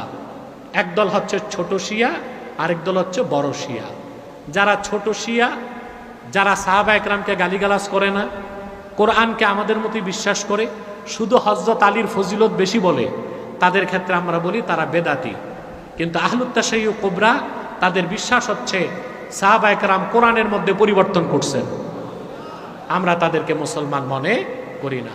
অতএব ভাইরা, আমাদের ঐক্যের ভিত্তি হবে ঈমান এবং ইসলাম, স্বার্থ হবে দ্বীন, আর ঐক্যবদ্ধ হতে হবে কোরআন ও সুন্নাহকে আঁকড়ে ধরে। পারবো তো ইনশাআল্লাহ আমরা? অনেক রাত হয়ে গেছে, আর আমি আপনাদেরকে কষ্ট দিচ্ছি না। শুধুমাত্র বাংলাদেশের পরিস্থিতিতে কয়েকটা কথা বলেই শেষ করে দিচ্ছি আমার বক্তব্য। বাংলাদেশে শেষ মানে কি উঠে যাচ্ছি? শেষ তো করি নাই, করব। আরে আজকে 15 দিনের মুনাজাত আল্লাহ তো কবুল করে নেবেন, বিশ্বাস আছে না? একটু পরে আমি মুনাজাত করে দিচ্ছি। বাংলাদেশের দৃষ্টিকোণ থেকে ঐক্যের ব্যাপারে আমি বলবো, বাংলাদেশ এখন চরম রাজনৈতিক অস্থিরতার দিকে যাচ্ছে। কেউ পিয়ারের পক্ষে, কেউ পিয়ারের বিপক্ষে। আমি বলবো এই ক্ষেত্রে ইসলামের আদর্শ কি বলে সেই বিষয়টি প্রত্যেক দলকে লক্ষ্য করা উচিত। উন্মুক্ত সংলাপের ভিত্তিতে কোরআন সুন্নাহর আলোকে এটা কতটুক যৌক্তিক, কতটুক অযৌক্তিক আমরা একবার চিন্তা করতে পারি, তাহলে বাংলাদেশ রাজনৈতিক অরাজকতা থেকে দ্রুত মুক্তি লাভ করতে পারবে ইনশাল্লাহ। জাতি হিসেবে আমরা ঐক্যবদ্ধ হতে পারি তিনটি স্বার্থকে সামনে রেখে। ইসলামের সুমহান স্বার্থ রক্ষায় আমরা এক হতে পারি, মুসলমানদের মৌলিক দাবিগুলো আদায় করার জন্যে আমরা এক হতে পারি, আর বাংলাদেশের স্বাধীনতা রক্ষায় আমরা এক হতে পারি। আমরা বাংলাদেশকে ভালোবাসি না? একটা হাদিস আপনারা শোনেন, হুব্বুল ওয়াতানি মিনাল ঈমান, দেশ প্রেম ঈমানের অঙ্গ। এটা হাদিস না, এটা মৌজু কথা। কি কথা? একেবারেই মৌজু কথা। এরকম আরেকটা হাদিস আপনারা শোনেন, উতলুবুল ইলমা ওয়ালাউ বিসসিন, জ্ঞান অর্জন করতে প্রয়োজনে সুদূর চীনে যাও। এটাও কোনো সহিহ হাদিস না, একটা মৌজু কথা। ঈমানের অংশ হিসেবে আমরা দেশকে ভালোবাসি না। এই জন্য ভালোবাসি বাংলাদেশ নিরাপদ থাকলে ইসলামের স্বার্থ রক্ষা হবে, বাংলাদেশ স্বাধীন থাকলে মুসলমানের স্বার্থ রক্ষা হবে। এখানেও যে বাংলাদেশকে আমরা ভালোবাসি সেটাও দ্বীনের স্বার্থে, কারণ আমরা বস্তু পূজায় বিশ্বাসী নই। ভূখণ্ডকে পূজা করব আমরা? কথা বলে না। কেন ভালোবাসি? দ্বীনের স্বার্থে। তাহলে ইসলামের সুমহান স্বার্থ রক্ষায়, মুসলমানদের মৌলিক দাবিগুলো আদায়ে, আর বাংলাদেশের স্বাধীনতা রক্ষায় আমরা এক হতে পারি। আর এই মুহূর্তে আমাদের ঐক্যবদ্ধ হবার কোনো বিকল্প নাই। একটি বড় ধরনের আযাব থেকে দেশ মুক্ত হয়েছে, আরেকটি আযাব ধেয়ে আসতেছে বাংলাদেশে আটলান্টিকের ওপার থেকে। তা যদি প্রতিহত করতে চান, সকল দল ও মাসলাকের মুসলমানকে এই মুহূর্তেই ঐক্যবদ্ধ হতে হবে। আমরা যদি সকল দল ও মুসলমান দ্বীনের স্বার্থে ঐক্যবদ্ধ হতে পারতাম, তাহলে বাংলাদেশকে অচিরে একটি ইসলামী রাষ্ট্র বানাতে পারতাম। আমাদের প্রত্যেক মুসলমানের এটা স্বপ্ন, স্বপ্ন কিনা বলেন? কিন্তু আমরা তো এক হইতে পারতেছি না। ইসলামপন্থী রাজনৈতিক দলগুলো এক হচ্ছে নিজেরা নিজেরা না, এই একে হবে না। সকল ইসলামপন্থী পীর মাশায়েখ আলেম ওলামা তাদেরকে ঐক্যবদ্ধ হতে হবে অরাজনৈতিকভাবে, ঐক্যবদ্ধ হতে হবে রাজনৈতিকভাবে। তাহলে বাংলাদেশে আমরা ইসলামের স্বার্থ রক্ষা করতে পারবো, মুসলমানদের সবগুলো দাবি আদায় করতে পারবো, বাংলাদেশের স্বাধীনতাকে আমরা রক্ষা করতে পারবো। পারবো না ইনশাল্লাহ ভাই? আর আমার অনুরোধ থাকবে, মাসলাকে দ্বন্দ্ব বা ঝগড়া বৃদ্ধি করার চেষ্টা করবেন না। এতে আমাদের মধ্যে বড় ধরনের সংঘাত সৃষ্টি হতে পারে। যারা বাংলাদেশের শত্রু, বাংলাদেশের শত্রু কাছেও আছে, দূরেও আছে। কাছের শত্রুকে আমরা পরাজিত করে ফেলেছি ইনশাল্লাহ, আলহামদুলিল্লাহ। কিন্তু বাইরের শত্রু মারাত্মকভাবে আঘাত করবে। আমরা যদি এখন মাসলাকগত দ্বন্দ্বকে বৃদ্ধি করি, দেশ গৃহযুদ্ধের দিকে যাবে, সিভিল ওয়ারের দিকে যাবে, জাতীয় অনৈক্য হয়ে যাবে। ঐক্যবদ্ধ না থাকলে দেশের স্বাধীনতা রক্ষা করাও সম্ভব হবে না। ঠিক আছে না ভাই? অতএব আসুন আমরা ঈমান ও ইসলামকে মূল ভিত্তি ধরে আমরা মুসলমান ঐক্যবদ্ধ হয়ে যাই। ঐক্যবদ্ধ হওয়ার মধ্যে আমাদের রয়েছে পৃথিবীর কল্যাণ, পরকালের মুক্তি, আমাদের বিজয়, সুখ এবং সমৃদ্ধি। আল্লাহ যেন কবুল করেন, বলুন আল্লাহুম্মা আমিন।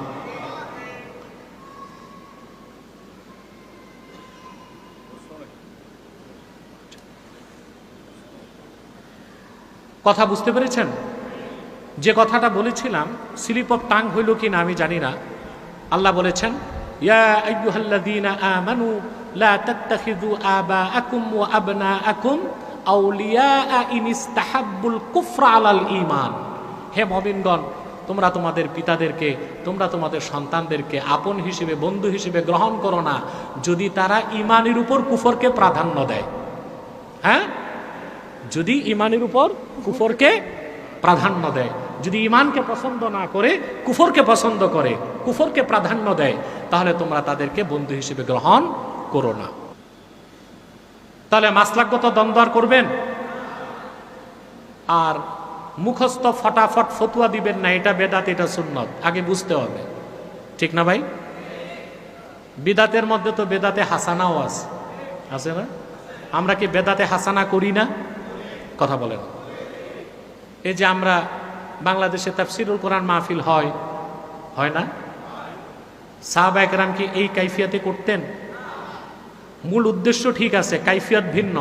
তাই বলে এটাকে কেউ নাজায়েজ হারাম বলবে, বেদাত বলবে? সিরাতুন নবী সাল্লাল্লাহু আলাইহি ওয়াসাল্লাম ব্যানারে মাহফিল হয় না? যেই কাইফিয়াতে আমরা করি এই কাইফিয়াতে সাহাবায়ে কেরাম করেছেন। মূল বিষয়টা ঠিক আছে, কাইফিয়াতের ভিন্নতার কারণে এটাকে কেউ বেদাত হারাম শিরক বলে? তো শুধু ঈদে মিলাদুন নবী সাল্লাল্লাহু আলাইহি ওয়াসাল্লাম যে কাইফিয়াতে আমরা ঈদে মিলাদুন নবী সাল্লাল্লাহু আলাইহি ওয়াসাল্লাম পালন করি, কাইফিয়াত যদি এভাবে সাহাবায়ে কেরামের যুগে নাও ছিল, তাই বলে এটাকে বেদাত বা শিরক বলে দ্বন্দ্ব সৃষ্টি করাটা চরম পর্যায়ের নির্বুদ্ধিতা ছাড়া আর কিছুই।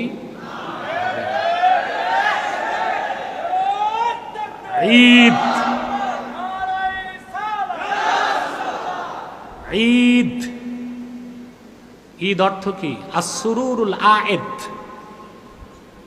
খুশি না, যে খুশিটা বারবার ফিরে আসে, যে খুশিটা আসরুরুল আয়েদ। তো পারিভাষিক অর্থে ঈদ দুইটা, একটা ঈদুল ফিতর, একটা ঈদুল আযহা। কিন্তু শাব্দিক অর্থে অনেকগুলো দিনকে হাদিসে ঈদ বলা হয়েছে। প্রত্যেক জুমার দিন ঈদের দিন, প্রত্যেক আরাফার দিন, প্রতি বছর আরাফার দিন ঈদের দিন। আপনি যেদিন বিয়ে করছেন, বছর ঘুরে যখন ফিরে আসে আনন্দ লাগে না? ওটাও ঈদের দিন। আমি আপনি যেদিন জন্মগ্রহণ করছি, আমার জন্মদিনটা আমার ঈদের দিন। যেই ঘটনা ঘটে একবার, মনে পড়ে বারে বার, মনে পড়ে যতবার, তাকে বলে ঈদ। আল্লাহর আখিরি নবী মুহাম্মদ সাল্লাল্লাহু আলাইহি ওয়াসাল্লাম আজ থেকে ১৫০০ বছর আগে মক্কাতুল মুকাররমায় হযরতে আমেনার নূরময় রেহেম থেকে তাশরিফ নিয়ে এসেছেন। সুবহে সাদেকের সময়, রাতের শেষ সময়, দিনের শুরু। সুবহানাল্লাহ। কারণ আল্লাহ রাতকেও খুশি করছেন, দিনকেও খুশি করছেন। সেই রাতকে বলা হয় লাইলাতু মাউলিদিল মুস্তাফা। সুবহানাল্লাহ। প্রতি বছর রবিউল আউয়াল মাস আসলেই ১৫০০ বছর আগে সেই লাইলাতু মাউলিদিল মুস্তাফার কথা মনে জাগলে প্রতিটি মুমিনের হৃদয়ে আনন্দের হিল্লোল বয়ে যায়। শরীয়তের সীমার মধ্যে থেকে মুমিন যদি আনন্দ উৎসব করে, জায়েজ তরিকায়, সুন্নত তরিকায়, মুস্তাহাব তরিকায়, সিরাতুন নবী নামে মাহফিল করে বা মিলাদুন নবী নামে ওয়াজ মাহফিল করে, হামদনাত পড়ে, জিকির ফিকির করে, তাবাররুক বিতরণ করে, খাস মুনাজাত করে, তাকেই তো বলা হয় মাহফিলে ঈদে মিলাদুন নবী।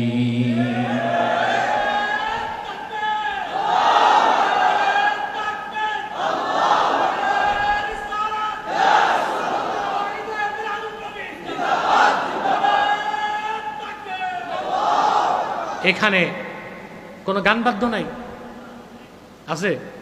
শরীয়তে কাজ আছে।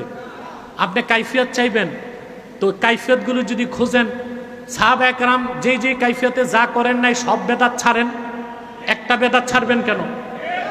যদি সব বেদাতকে দাঁত দিয়া কামড় দিয়া ধরেন আর শুধু মিলাদ শরীফ আর ঈদে মিলাদুন নবীর বিরোধিতা করেন, তাহলে তো বোঝা যায় দুশ্মনীটা বেদাতের সাথে না, রাসূলুল্লাহর সাথে।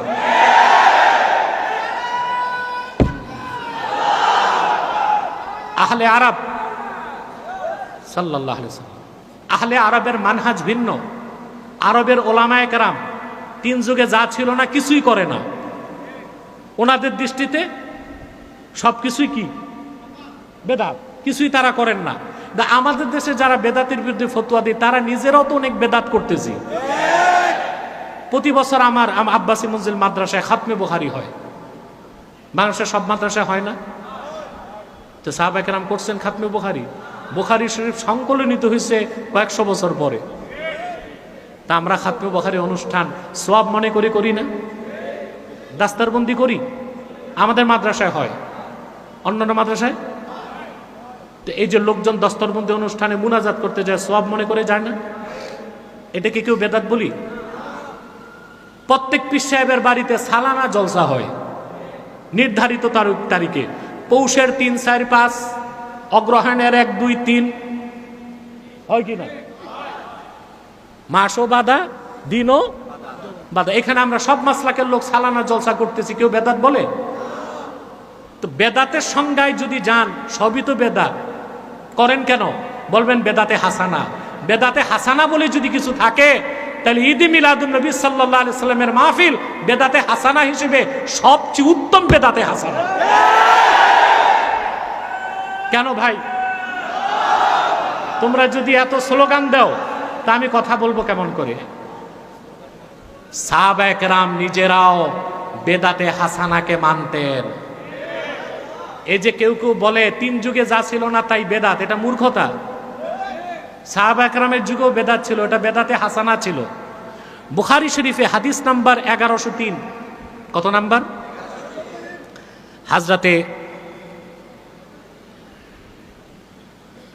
হাদিস নাম্বার 1775 সহিহ বুখারীতে এসেছে। হযরত মুজাহিদ বলেন, তিনি বুখারী শরীফের একজন রাবী এবং তাবিঈ। তিনি বলেন, দাখালতু আনা ওয়া উরওয়াতু ইবনু যুবাইর আল মসজিদা। আমি আর উরওয়া ইবনু যুবাইর দুইজন মসজিদ নববীতে প্রবেশ করলাম। ফাইদা আব্দুল্লাহ ইবনু উমর রাদিয়াল্লাহু আনহুমা জালিসুন ইলা হুজরাতি আয়েশা রাদিয়াল্লাহু তাআলা আনহা। তা আমরা দুইজন যে দেখি আল্লাহর হাবিব নূর নবীজি মুহাম্মদ সাল্লাল্লাহু আলাইহি সাল্লামের জান্নাতুল ফেরদাউসের কাছে, অর্থাৎ আম্মাজান আয়েশার হুজরাতুম মুবারাকাতুম মুনাওয়ারার কাছে আব্দুল্লাহ ইবনে ওমর বসা। কে বসা? উনি কি ছিলেন? সাহাবী।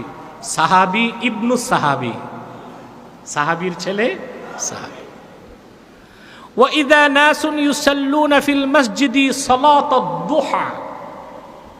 তা আমরা দেখলাম কিছু লোক মসজিদ নববীতে সালাতুদ দোহা পড়তেছে। সালাতুদ দোহা জানেন? চাশতের নামাজ। সালাতুদ দোহা, এটাকে আওয়াবিনও বলা হয়। কথা বুঝতে পারছেন? قال فسألناه عن صلاتهم فقال بدعة। আব্দুল্লাহ ইবনে ওমরকে জিজ্ঞেস করছি, হুজুর এরা যে দাঁড়ায় যে সালাতুদ দোহা পড়তেছে এটা কি? বলে বেদাত। আব্দুল্লাহ ইবনে ওমর কি বলছেন? বিদআত। সালাতুদ দোহা জামাতে তারা পড়তেছিলেন, সেটাকে কি বলছেন তিনি? বিদআত বলছেন। তাহলে বুখারী শরীফের 1775 নম্বর হাদিস থেকে দেখা যাচ্ছে আব্দুল্লাহ ইবনে ওমর সালাতুদ দোহাকে বিদআত বলছেন। আর সহিহ আল বুখারীতে 1103 নম্বর হাদিস, সেখানে দেখেন হযরত ইবনু আবি লাইলা বলেন, মা আখবারানা আহাদুন আন্নাহু রাআন নবিয়্য সাল্লাল্লাহু আলাইহি ওয়াসাল্লাম সাল্লাদ দুহা غير أم هانئ ذكرت أن النبي صلى الله عليه وسلم يوم فتح مكة اغتسل في بيتها فصلى 8 ركعات। সেই বুখারী শরীফের হাদিস, হাদিস নাম্বার 1103। ইবনে আবি লাইলা বলেন, উম্মে হানি ছাড়া কেউ আমাদেরকে রাসূলুল্লাহ সাল্লাল্লাহু আলাইহি ওয়াসাল্লাম সালাতুদ দোহা পড়েছেন এটা কেউ দেখে নাই। শুধু এই ব্যাপারে আমাদের কাছে খবর পৌঁছেছে উম্মে হানি থেকে। কার থেকে? উম্মে হানি বলেন, যেই দিন আল্লাহ রাসূল সাল্লাল্লাহু আলাইহি সাল্লাম মক্কা বিজয় করেছেন, সেই দিন আল্লাহ রাসূল সাল্লাল্লাহু আলাইহি সাল্লাম তার ঘরে গোসল করেছেন এবং 8 রাকাত সালাতুদ দোহা নামাজ পড়েছেন। এটাও বুখারীতে, ওইটাও কথা বলেন। যেটা 1775 নম্বর হাদিস, ওইখানে দেখা গেল আব্দুল্লাহ ইবনে ওমর কি বলছেন? বেদাত। আর বুখারী শরীফে 1103 নম্বর হাদিস উম্মে হানি থেকে বর্ণিত, সেখানে দেখা যায় সালাতুদ দোহা পড়া কি? সুন্নাত। এখন দুই হাদিসের তাদবিক কি হবে? আল্লামা বদরুদ্দিন আইনি ব্যাখ্যা করেছেন দোনো হাদিস সহিহ। তা আব্দুল্লাহ ইবনে ওমর কেন বেদাত বলছেন? আরাদা আন্না ইজহারাহা ফিল মসজিদি ওয়াল ইজতিমা লাহা হুয়াল বিদআহ। একাই কি সালাতুদ দোহা পড়া সুন্নাত, এটাকে বেদাত বলা হয় না, কিন্তু মসজিদে একত্রিত হয়ে পড়াটাকে বেদাত বলা হয়েছে। আর সেটাকেও ফাথুল বারিতে আল্লামা ইবনু হাজার আসকালানী বেদাতে হাসানা বলছেন। তাহলে বোঝা যায় সাহাবায়ে কেরামের যুগে বেদাত ছিল, বেদাতে হাসানা। অতএব সব বেদাতকে বেদাতে সাইয়্যা বলে পরিত্যাগ করার কোনো সুযোগ নাই। কোন বেদাতটা বেদাতে সাইয়্যা? কোন বেদাতটা পরিত্যাজ্য? এক প্রকার বেদাত হচ্ছে বেদাত ফিল এতেকাদ, আকীদায় বেদাত। ওই রকম বেদাতিরা কেউ কেউ কাফের, কেউ কেউ ফাসিক, কেউ কেউ বাতিল, যেমন 72 ফেরকা, এদের গন্তব্য জাহান্নাম। আর মুসলমানদের মধ্যে যারা বেদাতে সাইয়্যা করবে, বেদাত ফিল আমাল, আমলের মধ্যে বেদাত থাকবে, আল্লাহ তাদের হয়তো বা ক্ষমা করবেন, কিন্তু বিদাতে হাসানা যেটা, সেটায় কোনো গুনাহ নাই, বরং সওয়াব আছে। কি আছে? সেটা মুস্তাহাবের দরজা রাখে। কথা বুঝতেছেন ভাই? বেদাতের একটা সংজ্ঞা আপনাদেরকে দিয়ে দিচ্ছি। কুল্লু মা উহদিসা ইউখালিফুল কুরআন ওয়াস সুন্নাহ ওয়া আসরাস সাহাবাতি ওয়া ইজমা আল উম্মাহ ফাহিয়া বিদআতুন মাজমুমাতুন আই সাইয়্যিআহ। প্রত্যেক সে নব আবিষ্কৃত কাজ যা কোরআনের বিরোধিতা করে, সুন্নাহর বিরোধিতা করে, আসরুস সাহাবার বিরোধিতা করে, ইজমাই উম্মতের বিরোধিতা করে, ওইটা নিন্দনীয় বেদাত, পরিত্যাজ্য, বেদাতে সাইয়্যা। ওয়া কুল্লু মা উহদিসা লা ইউখালিফুল কুরআন ওয়াস সুন্নাহ ওয়া আসরাস সাহাবা ওয়া ইজমা আল উম্মাহ ফাহিয়া বিদআতুন মাহমুদা আই হাসানা। আর প্রত্যেক সে নব আবিষ্কৃত কাজ যেটা কোরআনের বিরোধিতা করে না, সুন্নাহর বিরোধিতা করে না, আসরুস সাহাবার বিরোধিতা করে না, ইজমাই উম্মতের বিরোধিতা করে না, সেটা বেদাতে হাসানা বলে গণ্য হবে। আর বেদাতে হাসানাটা মুস্তাহাব, মুস্তাহসানের দরজা রাখে। ইবনু হাজার আসকালানির একটা ফতোয়া শোনায়া আমি শেষ করে দিচ্ছি। ইবনু হাজার বলেছেন, তাযীমুন নবী সাল্লাল্লাহু আলাইহি ওয়াসাল্লাম বিজামিই আনওয়াইত তাযীম আল্লাতী লাইসা ফীহি মুশারাকাতুন ফিল উলুহিয়্যাতি আমরুন মুস্তাহসানুন ইনদামান নাওয়ারাল্লাহু বাসাইরাহুম। মুহাম্মদ সাল্লাল্লাহু আলাইহি সাল্লামকে তাজিম করার যত পদ্ধতি আছে, যদি কোনো পদ্ধতিতে তাজিম করলে আল্লাহর সাথে শিরক হয়, তা ছাড়া সকল পদ্ধতিতে আল্লাহর হাবিবের তাজিম করা মুস্তাহাব, মুস্তাহসান ওই সকল লোকদের নিকট যাদের অন্তর চক্ষুগুলোকে আল্লাহ তাআলা মারেফতের নূর দিয়া নূরানি করে দিছে। কার ফতোয়া? ইবনু হাজার আসকালানি। শুধু রাসূলুল্লাহ সাল্লাল্লাহু আলাইহি ওয়াসাল্লামকে তাজিম করার ক্ষেত্রে আল্লাহর সাথে শিরক করা যাবে না, তাছাড়া সকল পদ্ধতি যা কোরআন সুন্নাহ সমর্থিত, সে সকল পদ্ধতিতে রাসূলুল্লাহ সাল্লাল্লাহু আলাইহি ওয়াসাল্লামের তাজিম করা মুস্তাহাব, মুস্তাহসান সেই সকল ব্যক্তিদের নিকট যাদের অন্তর চক্ষুগুলোকে আল্লাহ তাআলা মারেফতের নূর দিয়ে নূরানি করে দিয়েছেন। ইমাম মালিক রাহমাতুল্লাহর কাছে কেউ ফতোয়া নিতে গেলে উনি জারিয়া, ছোট কাজের মেয়ে পাঠাতেন, কেন আসছে? তো মেয়ে এসে জিজ্ঞেস করত, ইমাম মালিক জানাতন ব্যক্তি ভাই, আবু হানিফা সমসাময়িক, একদিক দিয়া তার ফজিলত বেশি, তিনি ইমামু দারিল হিজরা, মদিনাতুল মুনাওয়ারার ছিলেন, মালিকি মাযহাবের ইমাম ছিলেন। তো কেউ তার কাছে যখন যেত, কাজের মেয়ে বের হয়ে বলতো, কেন আসছেন? বলতে একটা মাসালার জন্য। সাথে সাথে তিনি বের হতেন, মাসালার উত্তর দিয়ে দিতেন। আর কাজের মেয়ে জিজ্ঞেস করলে কেউ যদি বলতো যে রাসূলুল্লাহ সাল্লাল্লাহু আলাইহি ওয়াসাল্লামের হাদিস শুনতে আসছি, ইমাম মালিক বের হইতেন না, গোসল করতেন, কাপড় পরতেন, পাগড়ি লাগাতেন, রুমাল লাগাতেন, মূল্যবান বাখুর জ্বালাতেন, তারপর তিনি হাদিস রওয়ায়াত করতেন। হ্যাঁ রে ভাই, ইমাম মালিকের এই তাজিম ছিল রাসূলুল্লাহর হাদিসের প্রতি। তিনটা জিনিস মনে রাখতে হবে: তাজিমুন নবী, মাহাব্বাতুন নবী, সুন্নাতুন নবী। রাসূলুল্লাহ সাল্লাল্লাহু আলাইহি ওয়াসাল্লামের সুন্নাহ শুধু অনুসরণ করলে হবে না, রাসূলুল্লাহর তাজিম আর ভালোবাসা অন্তরে থাকতে হবে। তারপর রাসূলুল্লাহর সুন্নতের অনুসরণ করলে আপনি ফল পাবেন, আপনার অন্তরে নূর পয়দা হবে, আপনি হেদায়েত পাবেন। আর যদি রাসূলুল্লাহ সাল্লাল্লাহু আলাইহি ওয়াসাল্লামের তাজিম আর মাহাব্বত অন্তরে না থাকে, সুন্নতের অনুসরণ করলে আপনি কোনো লাভ পাবেন না। যেমন আব্দুল্লাহ বিন উবাই রাসূলুল্লাহর পিছনে নামাজ পড়ে কোনো লাভ করতে পারে না। আব্দুল্লাহ বিন উবাই নামাজ পড়তো, জামাতে নামাজ পড়তো, আল্লাহর হাবিবের পিছনে মসজিদ নববীতে জুব্বা পড়তো, পাগড়ি লাগাতো, তার দাড়ি ছিল, কিন্তু ঈমান ছিল না। সেজন্য আল্লাহর হাবিবের তাজিম আর মাহাব্বত তার অন্তরে ছিল না, সে সুন্নতের অনুসরণ কোনো কাজে আসে নাই। তো ঈদে মিলাদুন নবী সাল্লাল্লাহু আলাইহি ওয়াসাল্লামের মাহফিল যে করা হয়, এটাও নাওউম মিন আনওয়াইত তাজিম। রাসূলুল্লাহ সাল্লাল্লাহু আলাইহি ওয়াসাল্লামের তাজিম প্রকাশ করার জন্যেই এই মাহফিলটা আমরা করে থাকি, ঠিক না ভাই? কোনো সমস্যা নাই। সিরাতুন নবী ব্যানারও মাহফিল করা যাবে, ঈদে মিলাদুন নবী সাল্লাল্লাহু আলাইহি ওয়াসাল্লাম ব্যানারও মাহফিল করা যাবে। কারণ সিরাত যার, মিলাদ তার। আল্লাহ রসুল, আল্লাহর হাবিব, নবীগণের মাথার তাজ মুহাম্মদ সাল্লাল্লাহু আলাইহি সাল্লামের সিরাত অস্বীকারীও কাফের, মিলাদ অস্বীকারীও কাফের, কোনো সন্দেহ নাই। সিরাত হচ্ছে অনুসরণীয়, মিলাদ হচ্ছে স্মরণীয়। এই তো ভাই কথা, দ্বন্দ্ব কই? বেদাত বলবেন তো তাকসিমে যান, তাকসিমে গেলে হাসানা হিসেবে মেনে নিলে আর তো দ্বন্দ্ব থাকে না। তবে কেউ কাউকে বাধ্য করতে পারবে না, ঠিক না? কিন্তু বিশ্বাসটা ঠিক থাকতে হবে। আর আমি করি বা না করি ভুল ফতুয়া দিব না, পারবো তো ইনশাল্লাহ। আল্লাহ আমাদেরকে কবুল করুক, মঞ্জুর করুক। ভাই আজকে 15 দিনের মাহফিল, মুনাজাত করব। আমার মন চাচ্ছে একটু সালাত সালাম করে মুনাজাত করব।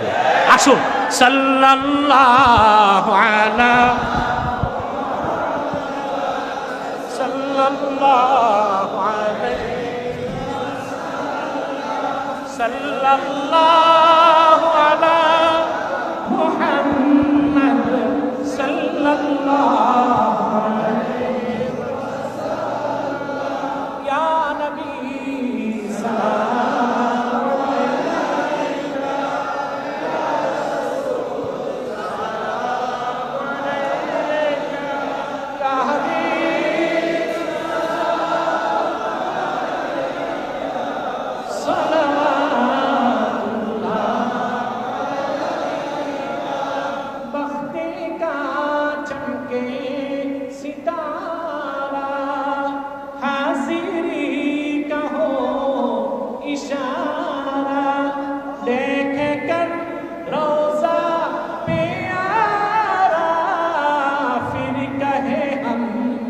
खादिम तुम्हारा या नबी सलाम या रसूल सलाम या हबीब सलाम अलैका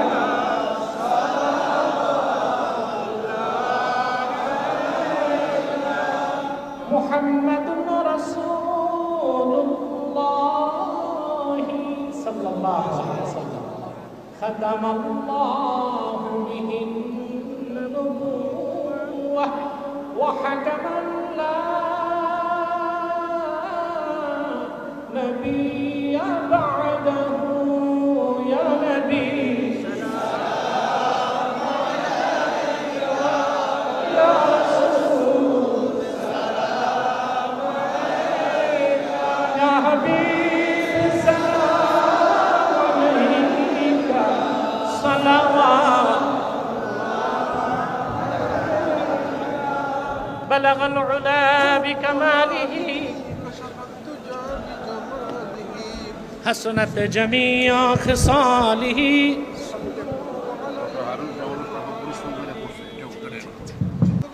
ফাউন্ডেশন বলতেছে সাউন্ড সিস্টেম ভালো লাগবে, তো এটাও লিখে রাখেন। ইউটিউবাররা দেওয়াতে আজকে আচ্ছা আচ্ছা, সাউন্ড সিস্টেম ভালো, ইউটিউবারদের এই কারণে বলা হচ্ছে, কিন্তু তাদেরও তো দরকার আছে, তাদেরকেও সুযোগ দিতে হবে। তারপরে যে ত্রুটিগুলি আছে আমাদেরকে লিখিতভাবে জানালে আমরা ইনশাআল্লাহ ভবিষ্যতে লিখিত জানালে ভবিষ্যতে ঠিক করা হবে ইনশাল্লাহ। দ্বিতীয় কথা হচ্ছে, না প্রশ্ন তো লিখিত, এখন না, লিখিত লিখিত, তখন তো সবাই প্রশ্ন শুরু করবে। এখন মুনাজাত হবে। আমি দোয়া চাই ফাউন্ডেশনের জন্য, এই ফাউন্ডেশন যেন বাংলাদেশে ইসলামী আন্দোলনের মাইলফলক হয়। আমিন আমিন। ফাউন্ডেশন ইচ্ছে করলে অনেক কাজ করতে পারে, সেই সুযোগ যদি সরকার তাদেরকে দেয়। আমি চাই ইসলামিক ফাউন্ডেশন স্বায়ত্তশাসিত হোক, তাদেরকে প্রচুর বরাদ্দ দেওয়া হোক, তাদেরকে প্রচুর পরিমাণ রাষ্ট্রীয় সহযোগিতা দেওয়া হলে শুধুমাত্র ইসলামিক ফাউন্ডেশন বাংলাদেশ 64 জেলায় দিনের কাজ করে একটি ইসলামিক সোসাইটি, ইসলামী সমাজ কায়েম করতে পারে। ইসলামী রাষ্ট্র বলি নাই, ইসলামী সমাজ। কেন? রাষ্ট্রবিজ্ঞানীগণ বলেন society is great than state, রাষ্ট্র থেকে সমাজ বড়। রাষ্ট্র থেকে ইসলামিক ফাউন্ডেশন যদি ইসলামী সমাজ কায়েম করে, এ দেশবাসী ইসলামী রাষ্ট্র কায়েম করে দিবে। সেজন্য সরকারকে আমার অনুরোধ থাকবে, ফাউন্ডেশনকে যেন স্বায়ত্তশাসন দেওয়া হয়। এটা হবে কিনা জানি না, আমি চাইলাম। বাংলাদেশে তো কত কিছুই চাইতেছে মানুষ, আমি এটা চাইলাম আর কি। 2, ফাউন্ডেশনকে আমার পরামর্শ থাকবে, একটা মনিটরিং সেল থাকবে, উচ্চ ওলামা পরিষদ, দেশের স্কলার ও বক্তা যারা ভুল বক্তব্য দেয় তা সংশোধনের ব্যবস্থা করবে। এই একটা কাজ যদি হতো, তাহলে এই যে বক্তা বক্তা বক্তা বক্তা প্রবক্তা প্রবক্তা দ্বন্দ্ব, এটা আর থাকতো না। দায়িত্ব নিত ফাউন্ডেশন। কে নিত? হ্যাঁ, দায়িত্ব নিত ফাউন্ডেশন। অর্থাৎ 2 জন বক্তায় দ্বন্দ্ব হয়েছে, ফাউন্ডেশন থেকে চিঠি যাবে, আপনারা 2 জন অমুক তারিখে উপস্থিত হন। 2 জন 2 জনের বক্তব্য উপস্থাপন করবে, উচ্চ ওলামা পরিষদ রায় দিবে কার বক্তব্য ঠিক কারটা ব্যাঠিক। তাহলে যে ঐক্যের কথা বলেছি, বাংলাদেশে কোরআন সুন্নাহর আলোকে মুসলমানদের ঐক্যবদ্ধ হবার যে নীতিগুলো বলেছি, আমরা খুব সহজেই বাংলাদেশের মুসলমান ঐক্যবদ্ধ হতে পারবো ইনশাআল্লাহ। আর ফাউন্ডেশনের ফতোয়া বোর্ড লাগবে অত্যন্ত শক্তিশালী, যেন যে ফতোয়াটা সারা জাতি মেনে নিবে। ওই রকম স্তরের, ওই রকম পার্সোনালিটি সম্পন্ন ব্যক্তিদের সমন্বয়ে একটি ফতোয়া বোর্ড হোক, যেখানে সকল মাসলাকের প্রতিনিধি থাকবে। সম্মিলিতভাবে তারা ফতোয়া জারি করবে, সারা দেশ ফতোয়া মেনে নিবে। আপনারা জানেন আরব রাষ্ট্রগুলোতে আওকাফ থাকে। আওকাফের বাইরে যে কোনো আলেম, কোনো বক্তা, স্কলার কিছু করতে পারে না, আওকাফের অধীন থাকে। তা আমাদের দেশে তো আওকাফ নেই। অন্তত ফাউন্ডেশন যদি এই দায়িত্বটা নিত, আমার মনে হয় দেশ ও জাতির জন্য বড় ধরনের খেদমত হতো। আরেকটা প্রস্তাব রেখে মুনাজাত করছি, আমাদের দেশে মক্তব শিক্ষাটা কমে যাচ্ছে। আমার খুব দুঃখ হয়, ফজরের পর প্রত্যেক মসজিদে ডাকে, মায়েরা বোনেরা ছেলে মেয়েদেরকে মক্তব পড়তে মসজিদে পাঠান। এই দায়িত্বটাও ফাউন্ডেশনকে নিতে হবে।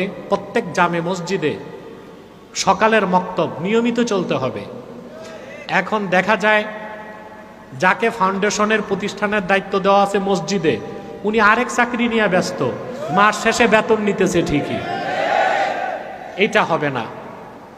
এখানে প্রচুর আলেম আছে, যোগ্য, কাজ নাই, তাদেরকে আমরা কাজে লাগাতে পারি। আর এই দায়িত্বটা ফাউন্ডেশনের পক্ষ থেকে মক্তবের শিক্ষকই আলাদা থাকবে, যিনি মক্তবটা পরিচালনা করবেন। অন্তত 5টা বছর যে সন্তান মক্তবে পড়বে, আশা করা যায় সে বড় হয়ে যাই হোক, কাফের মুশরিক নাস্তিক তো হবে না। দিনের বুনিয়াদী শিক্ষাটা সে পেয়ে যাবে, বুনিয়াদী শিক্ষাটা পেয়ে যাবে। আমাদের দেশে দেখেন না, অনেক সরকারি কর্মকর্তা নামাজ রোজা করে, জীবনও মাদ্রাসায় যে মক্তব পড়ছে। আর সবচেয়ে বড় খেদমত হচ্ছে পীর মাশায়েখ আল্লাহওয়ালা হক্কানি আলেমদের মাহফিলে যে দিন শিখছে। তো মাহফিল যেমন দরকার, মক্তবগুলো এরকম দরকার। আসুন আমরা দোয়া করি। স্টাফরা খুব খাটছে এখানে, বাইতুল মুকাররমের সম্মানিত ইমাম সাহেবগণ, খাদেমরাও প্রচুর খাটছে, খুব কষ্ট করছে তারা। আমাদের ডক্টর হারুন সাহেব তো এই বিভাগের দায়িত্বে আছেন, তার তো পরিশ্রম অনেক বেশি হয়েছে আমি জানি, তবে তার পরিশ্রম হয়েছে বুদ্ধিবৃত্তিক। আমি দোয়া করি আল্লাহ থেকে উত্তম জাযা দান করুক। অনেকে আছে, মাওলানা মাসুদ বিক্রমপুরী আছেন, মাসুদুর রহমান সাহেব, দোয়া করবেন। শুনছে আমি আসবো, চলে আসছেন। আরও অনেকে দোয়া চেয়েছে, তাদের জন্য ইনশাল্লাহ দোয়া করব আমরা। উপপরিচালককে আপনি? আচ্ছা আচ্ছা, আলহামদুলিল্লাহ। মাওলানা জাকির হোসেন সাহেব, ওনার জন্য দোয়া করবেন। আসুন, আলহামদুলিল্লাহি রাব্বিল আলামিন ওয়াল আকিবাতু লিল মুত্তাকিন والصلاة والسلام على محمد صلى الله عليه وسلم رحمة للعالمين وعلى آله وصحبه أجمعين ربنا ظلمنا أنفسنا وإن لم تغفر لنا وترحمنا لنكونن من الخاسرين আল্লাহ তাআলা পবিত্র ঈদে মিলাদুন নবী সাল্লাল্লাহু আলাইহি ওয়াসাল্লাম স্মরণে ইসলামিক ফাউন্ডেশন কর্তৃক আয়োজিত পক্ষকালব্যাপী আজকের অনুষ্ঠানের সমাপনী দিবস গত রাতে তোমার অসংখ্য জাকের শাকের নেককার বান্দা নিয়ে হাত তুলেছি। এতগুলো মানুষের মধ্যে যার দুটো হাত তোমার ভালো লাগে আল্লাহ তার দুটো হাতের বিনিময়ে আমাদের জিন্দেগীর সমস্ত গুনাহ খাতা তুমি মাফ করে দাও।